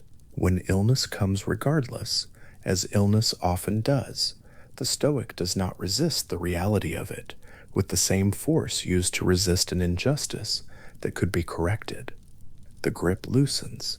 The event is met without the additional suffering of refusing to meet it. This is not the same as the water teaching of Lao Tzu, and the difference is worth holding. The Stoic route to non-attachment runs through the rational will. The Stoic philosopher works deliberately and with sustained effort to refine judgment, to discipline desire, to construct through the exercise of reason a relationship to events that cannot be shaken by events. The process is one of building clarity, building endurance, building the philosophical architecture that will hold when the storm comes. Marcus Aurelius, sitting in his tent on the northern frontier of the Roman Empire, writing in the private journal that would later become the Meditations, was not allowing anything to happen. He was working. He was pushing back against his own tendency toward irritation, toward preferring comfort, toward the small daily betrayals of the principles he had spent decades trying to make his own. The writing was a practice, and the practice took effort, and the effort was the point. Lao Tzu would have seen this and recognized something familiar in the destination, while finding the route to it unnecessarily strenuous. The Stoic arrives at a kind of equanimity by disciplining the self into alignment with the rational structure of the cosmos. The sage of the Tao Te Ching arrives at equanimity by dissolving the willful self, not building it into a better shape, but softening its grip on its own purposes until something more like water remains, responsive without insisting, moving without forcing, finding the natural path without deciding what the natural path should be. The Stoic practices non-attachment by mastering the preferences. The Taoist practices non-attachment by becoming less interested in the mastering.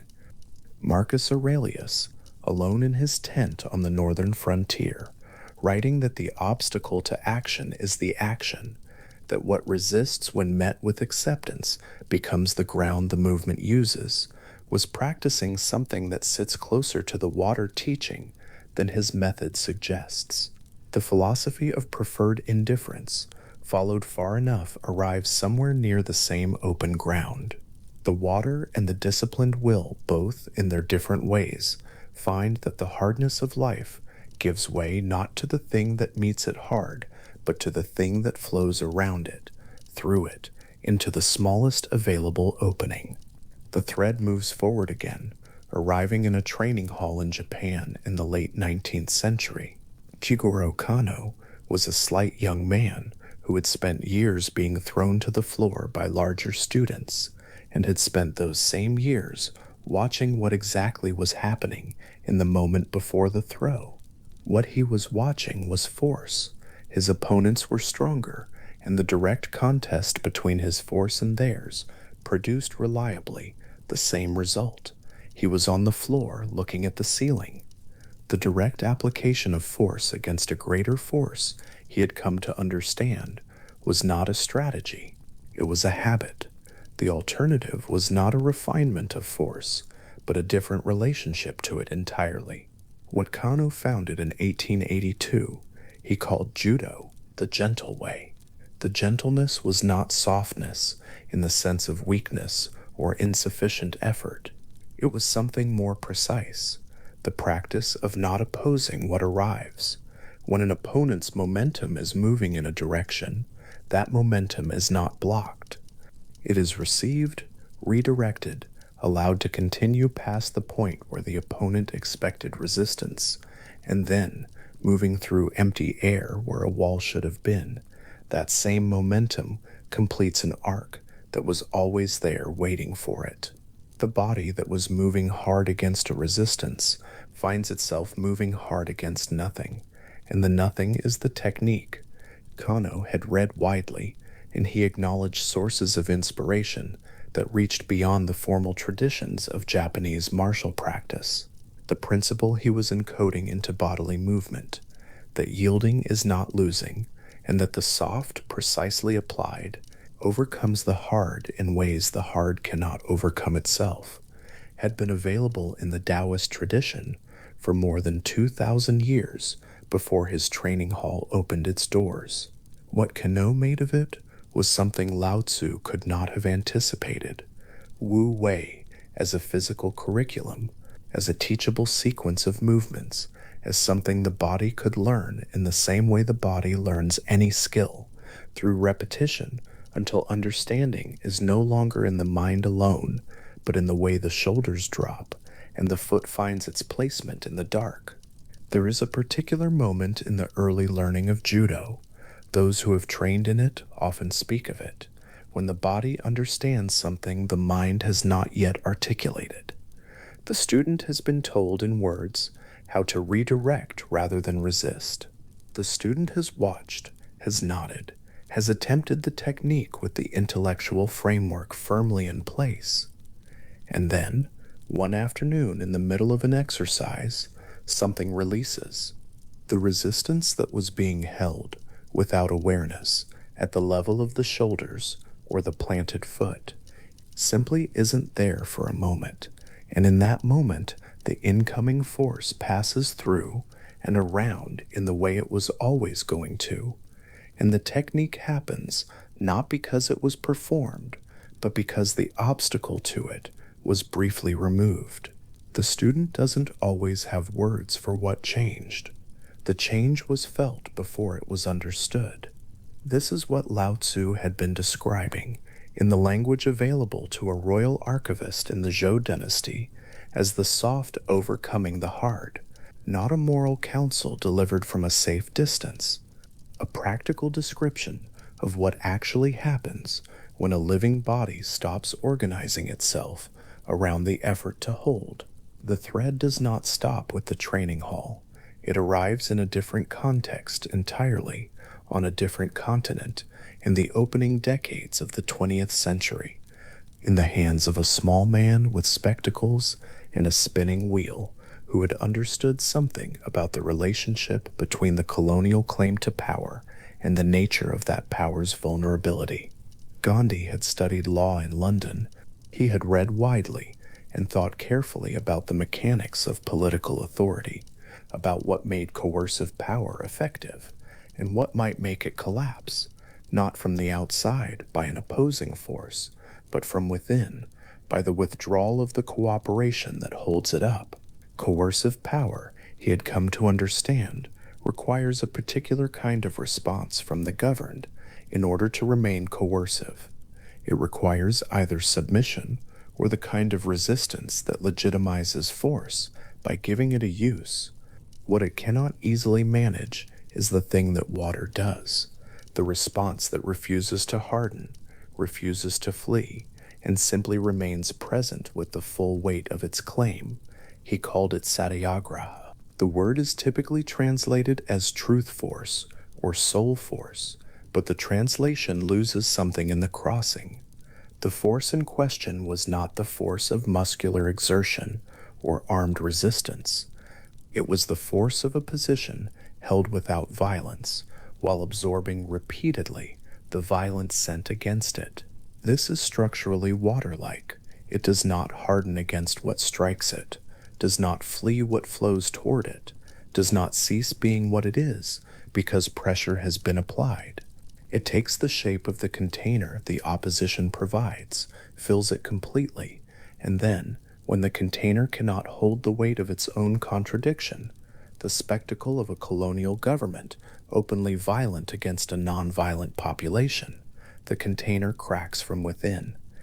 In March of 1930, Gandhi walked toward the sea at Dandi with thousands of people behind him, carrying nothing except the intention to lift a handful of salt from the shoreline, an act that was technically illegal under British colonial law, which gave the colonial government a monopoly on salt production.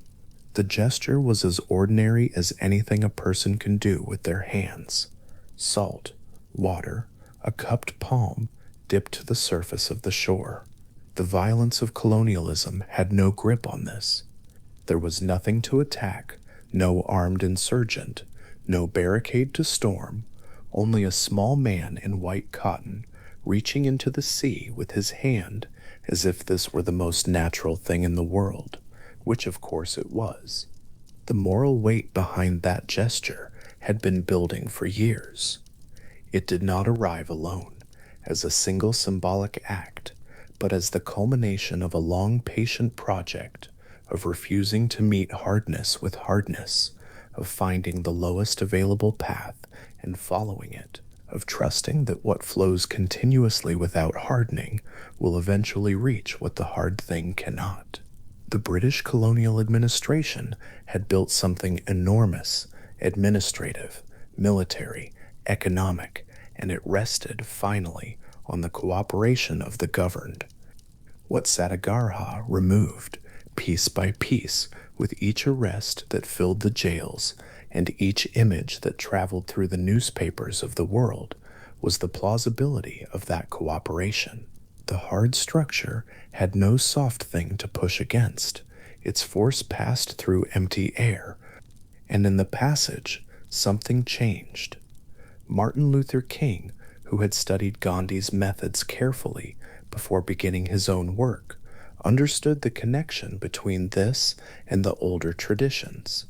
He had read deeply across multiple disciplines, including texts from Asian philosophical traditions, and he had recognized in Gandhi's practice something that was not merely political strategy, but a theory of how power actually works, how it builds, how it sustains itself, and where its structural weakness lies.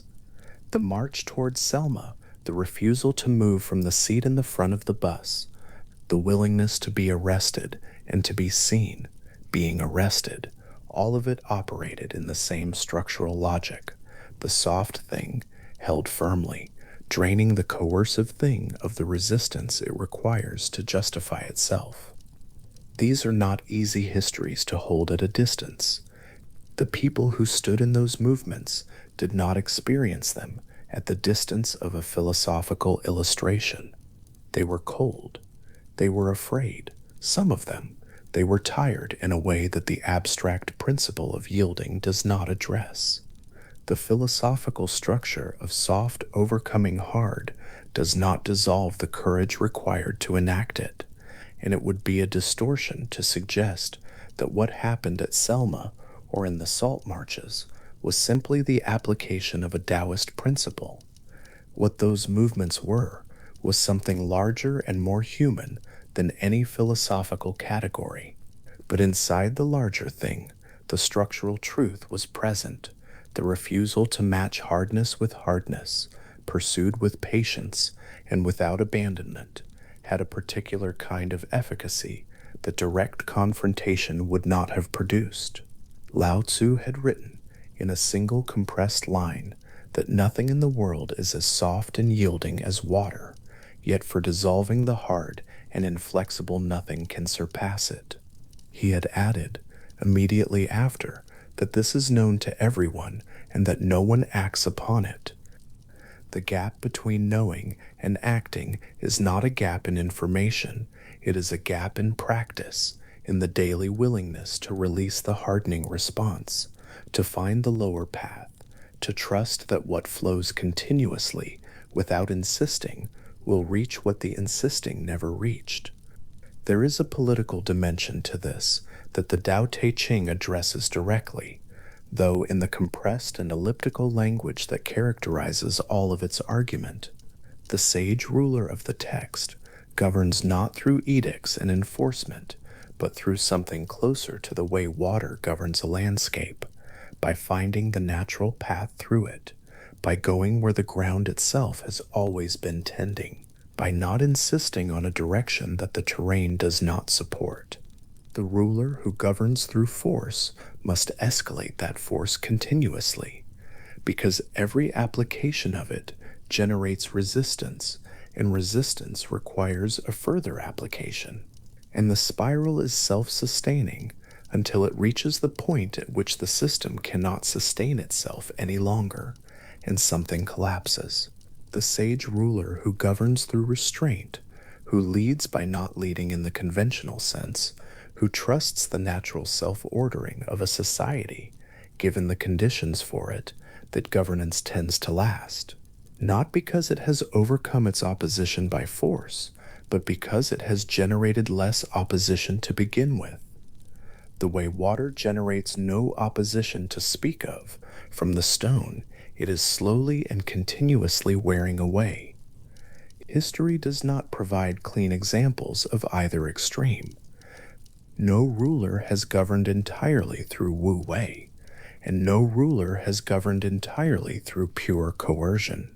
What history does provide is a long series of demonstrations in which the systems organized around the continuous escalation of force reach their limit before the systems organized around a lighter touch, and the demonstration recurs often enough across different eras and continents to suggest that it is not a coincidence but a structural feature of how governance and power actually work. There is also something to be said about what force costs the one applying it. The exhaustion is real. The person who meets every difficulty with hardness, who tightens against resistance, who escalates when the first effort fails, who does not know how to do anything other than push harder, is spending something continuously that does not replenish at the same rate it is being spent. The hardness accumulates. The tightening sustained over time becomes a kind of permanent contraction that prevents the ease it was supposed to defend against.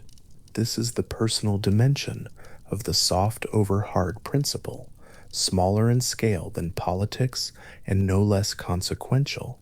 What judo teaches the body in a training hall, what Epictetus taught himself in the condition of slavery, what Gandhi enacted in the political landscape of colonial India, all of it converges by different routes and in different registers on the same structural insight. The insight is not that one should never push. It is not a counsel of passivity or a suggestion that nothing matters enough to be defended. It is something more precise, that the choice between hardness and yielding is not a choice between effort and effortlessness, but a choice about the quality of engagement, and that the quality of engagement determines in ways that are not always visible until much later what the engagement actually accomplishes. Marcus Aurelius knew this.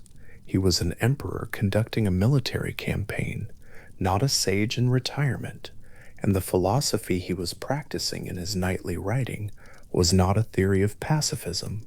He was pushing back in that journal against his own tendency to harden, to treat difficulty as something to be overcome by the application of more force, more will, more effort of the blunt kind.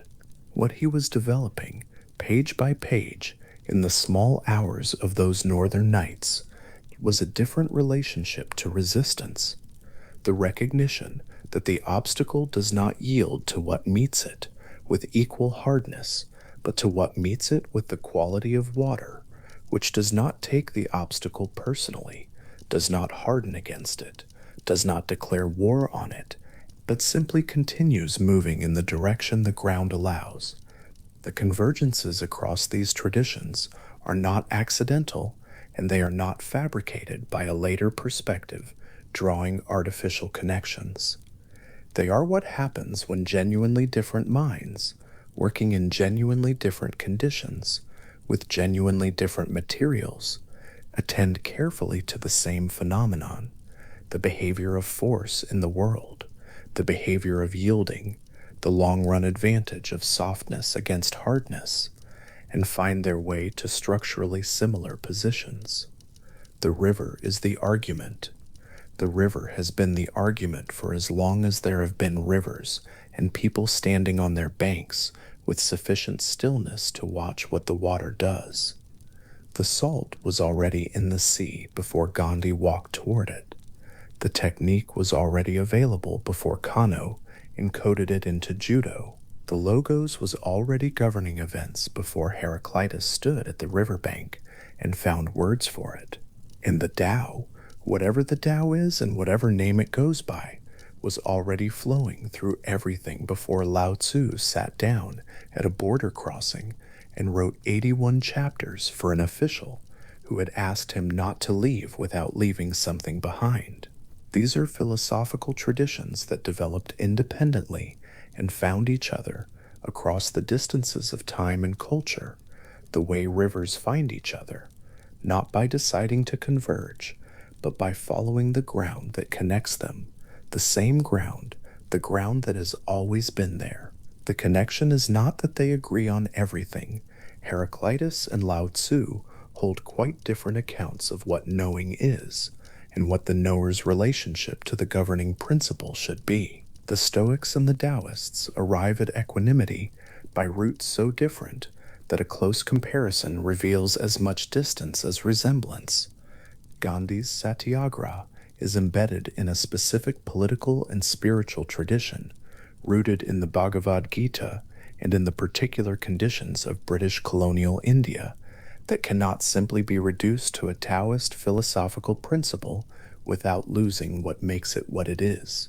What connects them, when the full weight of their differences is held honestly, is not a shared doctrine, but a shared orientation toward the world, an orientation in which the first response to resistance is not to match it, but to understand it, in which the question of how to move is answered not by choosing the most direct available route, but by attending to what the situation itself is offering, in which the wisdom that looks like passivity is sometimes the most active thing in the room. A judo practitioner steps aside, and the force that was coming toward them passes through empty air. A colonial government's enforcement apparatus meets a crowd that will not fight and will not flee, and finds itself with nothing to push against. An emperor in his tent chooses not to add his own anger to the anger already in the situation. A philosopher on a riverbank watches water find its way past every obstacle without once departing from its nature. These are the same movement, performed in different bodies, in different centuries, in different languages, on different ground. The ground is always, underneath its local surface, the same ground. Lao Tzu's hand lifting salt from the sea. The gesture is Gandhi's, not Lao Tzu's, but the quality behind it is the same as the quality in Chapter 8 of the Tao Te Ching, the quality that benefits all things without contention and settles in the places no one else wants. The gesture was the smallest possible gesture, a cupped hand, water and salt, the most ordinary thing a body can do at the edge of the sea, and behind it, the full weight of a truth that had been available for as long as water had been moving over stone, that what yields does not therefore lose, that what flows does not therefore arrive nowhere, that the soft thing, given time and patience and the willingness to find the lowest path, reaches what the hard thing never reaches, because the hard thing meets resistance at every step, and the soft thing simply finds where the resistance is not. This is what Heraclitus was watching at his river in the early morning. This is what Kano was encoding in the bodies of his students. This is what Marcus Aurelius was practicing in the dark of his tent on the northern frontier. The convergence is not a proof of anything. It is the recurrence of an observation made by careful and honest attention in the presence of the same world all of them were inhabiting. Genuine power has always moved like water, without announcement, without insisting, finding the available path and following it past every obstacle that the obstacle itself has left open. Gandhi's hand, small and open, reaching into the sea. The salt, which was never the point, the quality of the hand, the quality of the reaching, the quality of the attention behind the gesture, that was the thing that shifted the governance of a subcontinent. Not by overcoming, by being entirely and only itself. Alan Watts recorded some of his final talks in a small room in California in the early 1970s, with a microphone set close and the sound of the surrounding hills just barely present in the recordings, if the listener knows where to listen for it. His voice in those sessions moves slowly. It does not rush toward anything. It circles the same images, the way water circles a stone in a shallow pool, not because it cannot find its way past, but because the circling is itself the point, and the stone is not an obstacle so much as the occasion for a particular kind of turning. He was talking about the Tao. He was talking about water. And the voice doing the talking had taken on, by those years, something of the quality of the thing it was describing, unhurried, low, following the shape of whatever it moved through, without insisting on a shape of its own. He called it the watercourse way. The phrase was his translation of a Chinese idea that is older than most of the traditions it would later touch, the idea that the Tao, whatever else it might be, behaves the way water behaves. It finds the lowest place. It takes the shape of what contains it. It moves around what resists it without altering its essential direction. And it persists, quietly, across time so long that the stone it touches does not notice the changing until one day it discovers it has become something other than what it was, softened at its edges, opened at its face, the surface of it worn into a smoothness that no carving tool could have made. Watts spoke about this not as a philosophical position to be evaluated, but as something more like a description of what the body already knows, and the mind keeps forgetting. The body, when it is not being managed, moves like water. The breath, when no one is trying to control it, finds its own rhythm, the way a stream finds its gradient. Sleep itself, when it arrives the way water fills a low place, not by effort, not by decision, but by the simple fact that the ground beneath it has been open all along. There is a chapter in the Tao Te Ching that opens with a line about returning. Everything, Lao Tzu says, moves and then comes back. The 10,000 things rise from the root, and having risen, each one returns to the root from which it came. He calls this return stillness. He calls stillness the fulfillment of destiny, not the end of something, but the completion of a cycle whose turning never required force, whose direction was always already settled by the nature of the thing moving.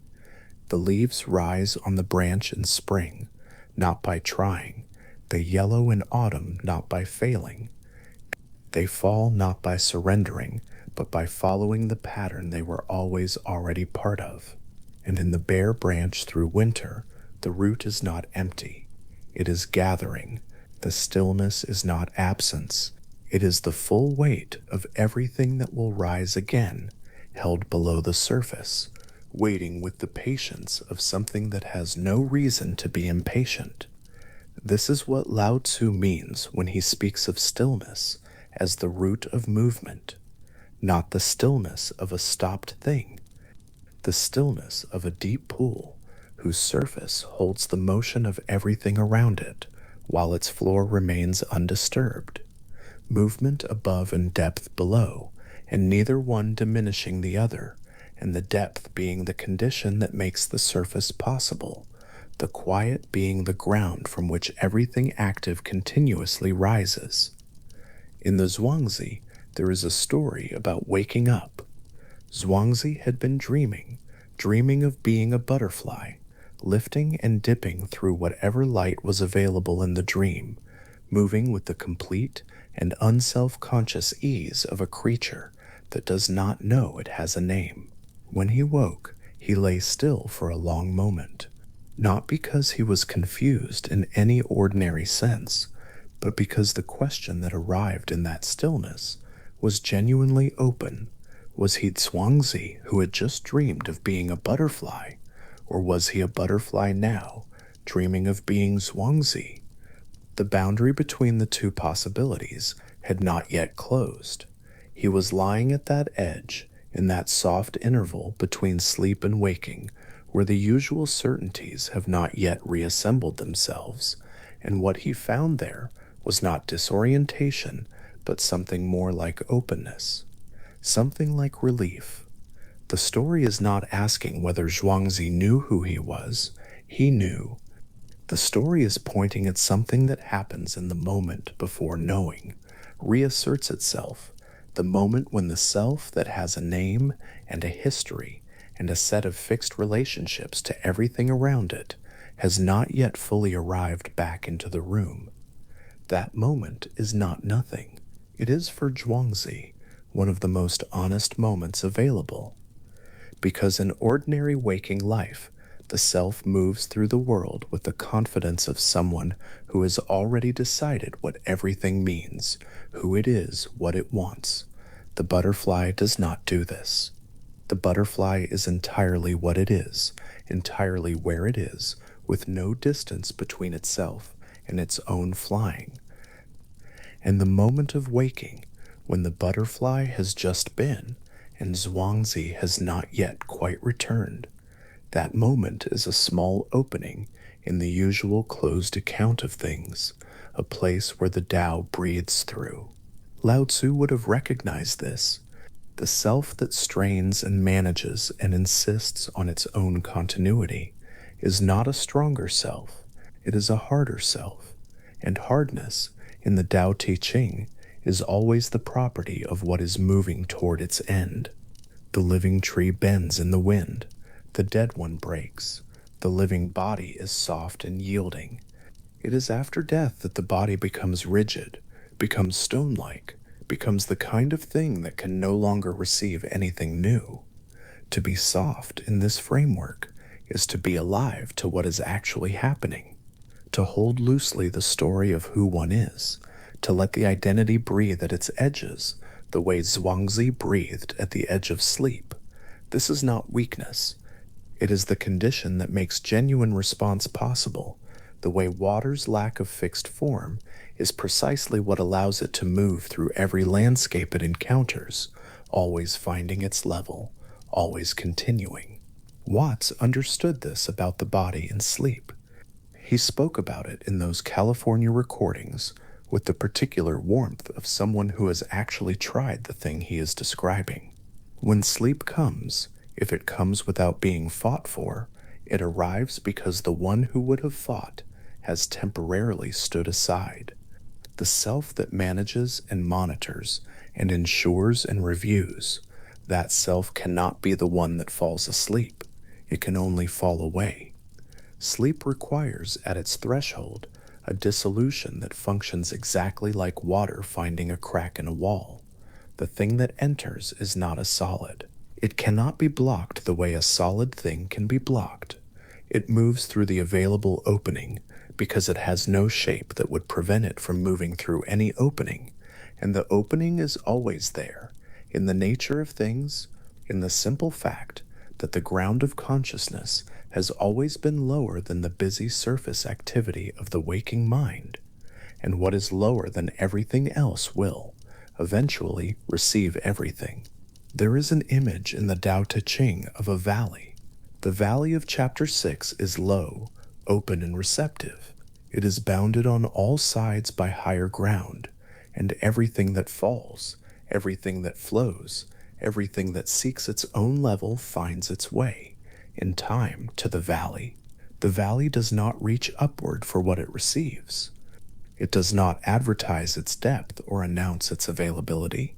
It simply is what it is, lower, quieter, more open than the country around it, and this is sufficient. What needs to gather, gathers. What needs to rest, rests. The valley has been there longer than the mountains, and will be there after the mountains have worn down to plains, because the valley is not competing with anything, is not asserting itself against anything, is simply occupying the place that everything else makes possible by being higher. This is the image Lao Tzu reaches for when he wants to describe the spirit of the valley, the spirit of what endures, not height, not force, not the sharp peak that cuts the sky and takes the weather on its face, the valley, the low, open, receiving place, the place where water comes to rest, and in resting becomes available to everything that needs it. The resting consciousness in those hours between waking and deep sleep is something like this valley.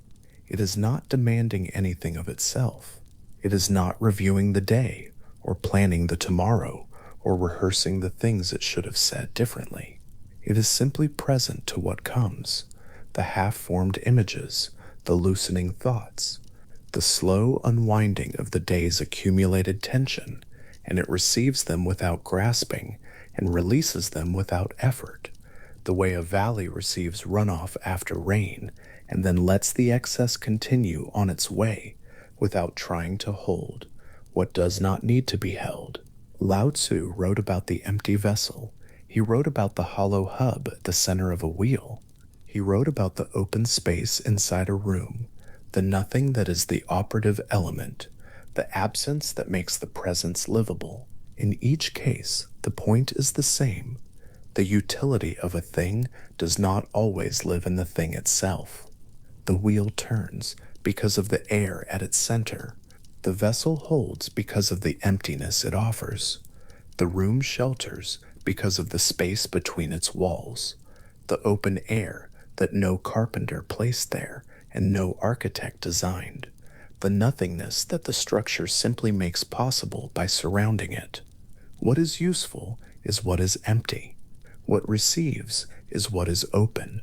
What endures is what does not insist on being filled. Sleep is the most natural enactment of this principle available to any living person.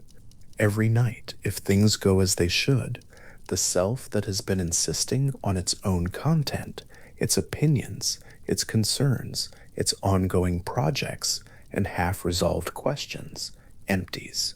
Not completely, not all at once, but gradually, the way a vessel tilted slowly allows the water in it to find the opening and flow out until what remains is the shape of the vessel itself, the container without its contents, the form that is ready to be filled again.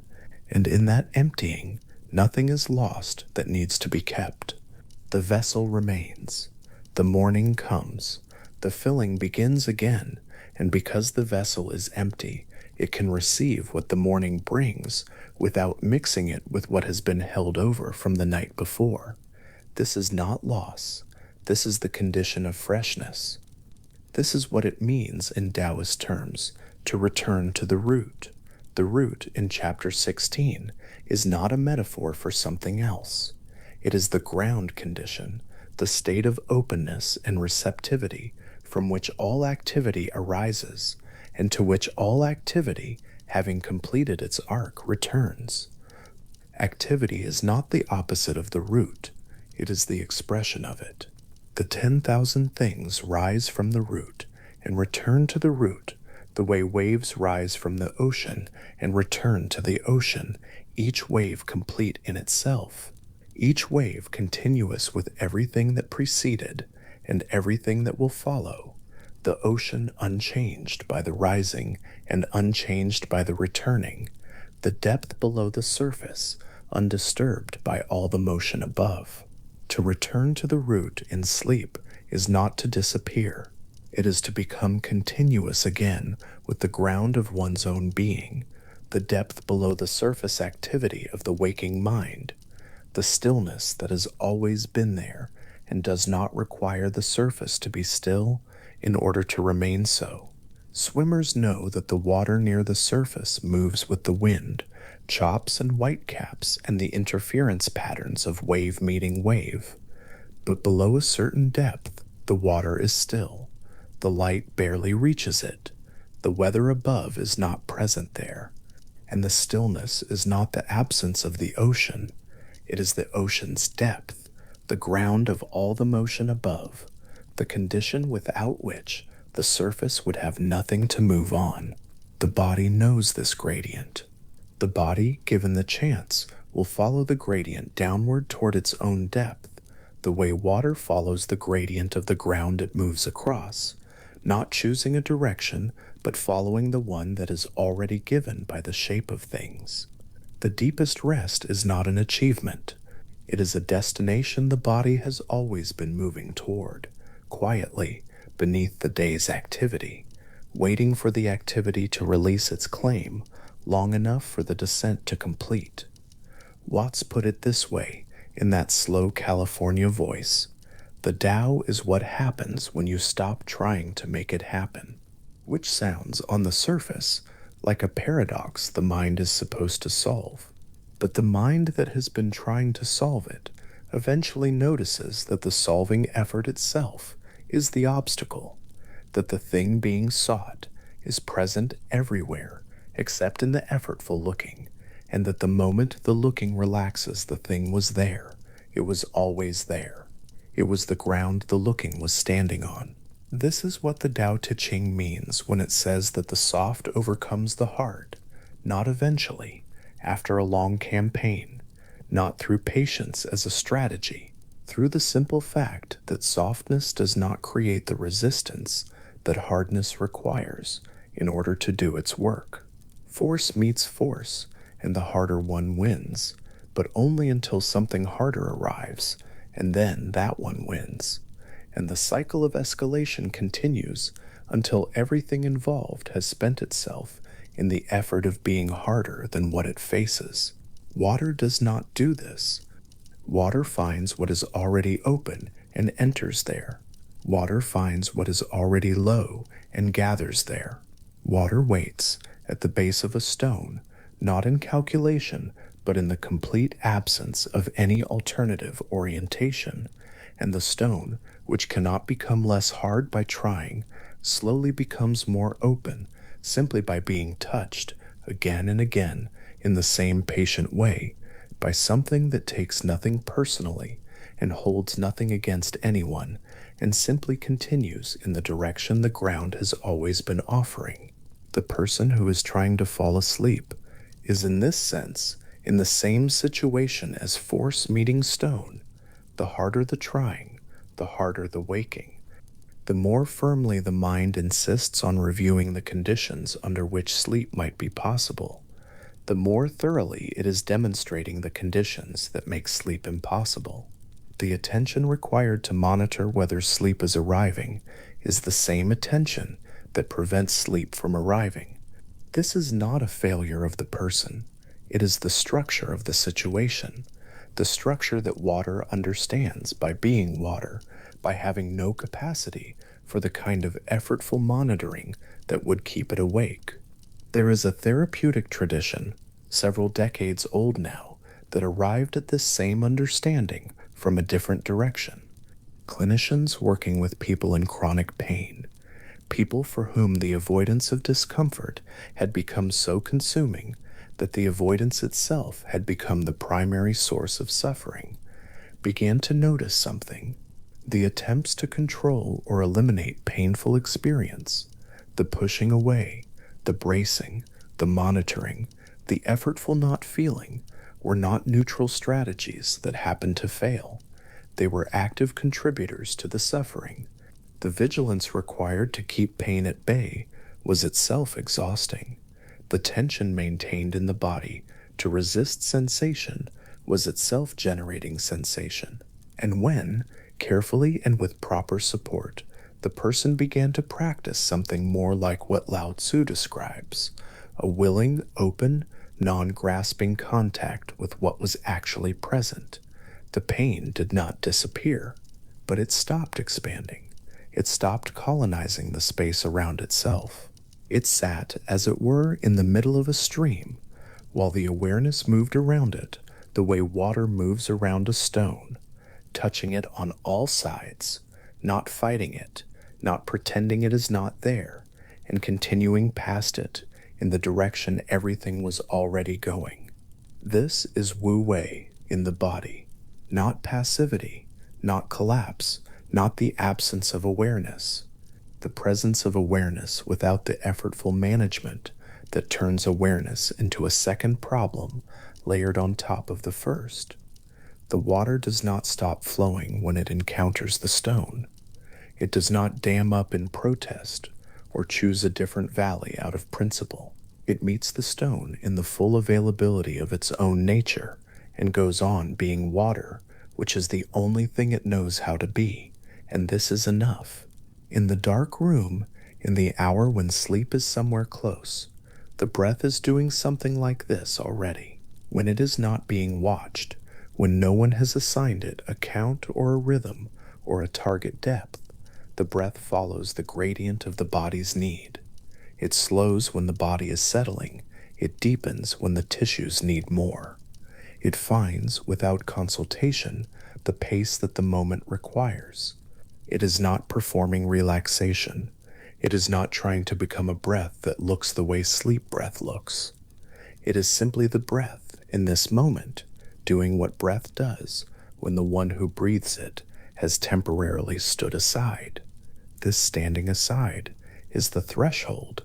It is the hinge between waking and sleep, and it requires from the person approaching it something closer to what Lao Tzu describes as the sage's way of moving through the world than anything resembling effort, the willingness to not insist, to not manage, to release the orientation of a self that is headed somewhere specific and allow the current to carry what remains in whatever direction the current is already moving. The current is always already moving. This is what the Tao Te Ching says. In so many different ways, across 81 chapters, the movement is not the problem. The resistance to the movement is the problem. The Tao is not something that needs to be created or summoned or achieved. It is the ground condition of everything. The 10,000 things, all their rising and turning and returning, happen within it, and because of it, the way every drop of water in every river on every continent happens within, and because of the simple fact of gravity, not a law being enforced, not a rule being followed, but the nature of things, present before anyone arrived to notice it, continuing long after anyone will remain to name it. The stillness at the bottom of the pool is not waiting for permission. It does not require the surface to be still in order to be still itself. The depth of the ocean does not need the surface to calm before it can be the depth of the ocean. The root of the tree does not wait for the branches to stop moving before it can be the root. These things are what they are, continuously, beneath all the motion that happens because of and through them, and the motion is not contradicting the stillness. The motion is the evidence of it. The wave exists because the ocean is deep enough to sustain it. Sleep, in this sense, is not something the waking mind produces. It is something the waking mind enters by releasing the claim it has on the activity of its own surface. The depth has always been there. The stillness has always been there. The ground of consciousness that knows how to receive everything and hold it without being disturbed by it. The valley that gathers without choosing. the vessel that is available without being full. This has always been present below the day, below the effort, below the accumulated weight of everything that seemed important and urgent and requiring resolution. The most enduring teaching of the Tao Te Ching may be this one, that what is most real is also most quiet, that the Tao, which underlies and pervades everything, is precisely the thing that cannot be grasped by grasping, the thing that cannot be found by searching, the thing that is always already present in the place the searching departed from, waiting without impatience, full without effort, available to everything that has stopped insisting on finding it somewhere else. Water does not insist. Water simply fills what is open and moves toward what is low and persists in the direction the ground has always been offering, through stone, through reed beds, through the dark roots of trees older than any memory of them, through the cold hours before the light returns, always moving, always finding, never arriving anywhere other than exactly where it is, which is always exactly where it needs to be, somewhere across the dark of a night that has been going on longer than any single wakefulness can measure. A shallow stream is moving across a flat stone. It has been crossing for a long time. The stone does not know how long. The water does not know how long. There is no knowing in what is happening there. There is only the water and the stone and the slow, patient work of continuous contact between them. The water always soft, the stone yielding so gradually that the yielding has no moment, no beginning, no sense of the changing at all. The surface of the stone is smoother than it was. The water moves across it more easily than it did. And in the morning, when the light comes, neither the water nor the stone will be aware that anything has changed. The change will simply be there, in the smoothness, in the ease, in the way the water moves as though the stone has been expecting it, has been preparing for it, has been open to it all along. This is the watercourse way. This is what Lao Tzu handed to the border official at Hangu, in whatever form the handing actually took. 81 chapters composed at a sitting, or the accumulated teaching of a tradition given a single attributed name, or something in between these two, that history is no longer able to distinguish. The form of the handing does not change what was handed. The teaching stands without the teacher. The water does not need to know the name of the stone in order to find it, or to touch it, or to begin, in its patient and entirely unhurried way, the long, gentle work of becoming what the stone already is, which is the beginning of what the stone will be. The 10,000 things rise and return. The root receives them. The stillness holds. The depth of the pool is undisturbed by everything that moves on its surface, and everything that moves on its surface moves because the depth is there. The dark outside the window has been there since long before the window was made. It will be there after. The water moving through it, through the earth, through the roots of whatever grows above it, through the patient dark, through the long silence between one thought and the next, that water continues. It does not require witness. It does not require the names of the places it moves through. It simply moves in the direction the ground has always been open, carrying nothing it was not already carrying, asking nothing that has not already been given. Somewhere below the surface of the night, something is settling.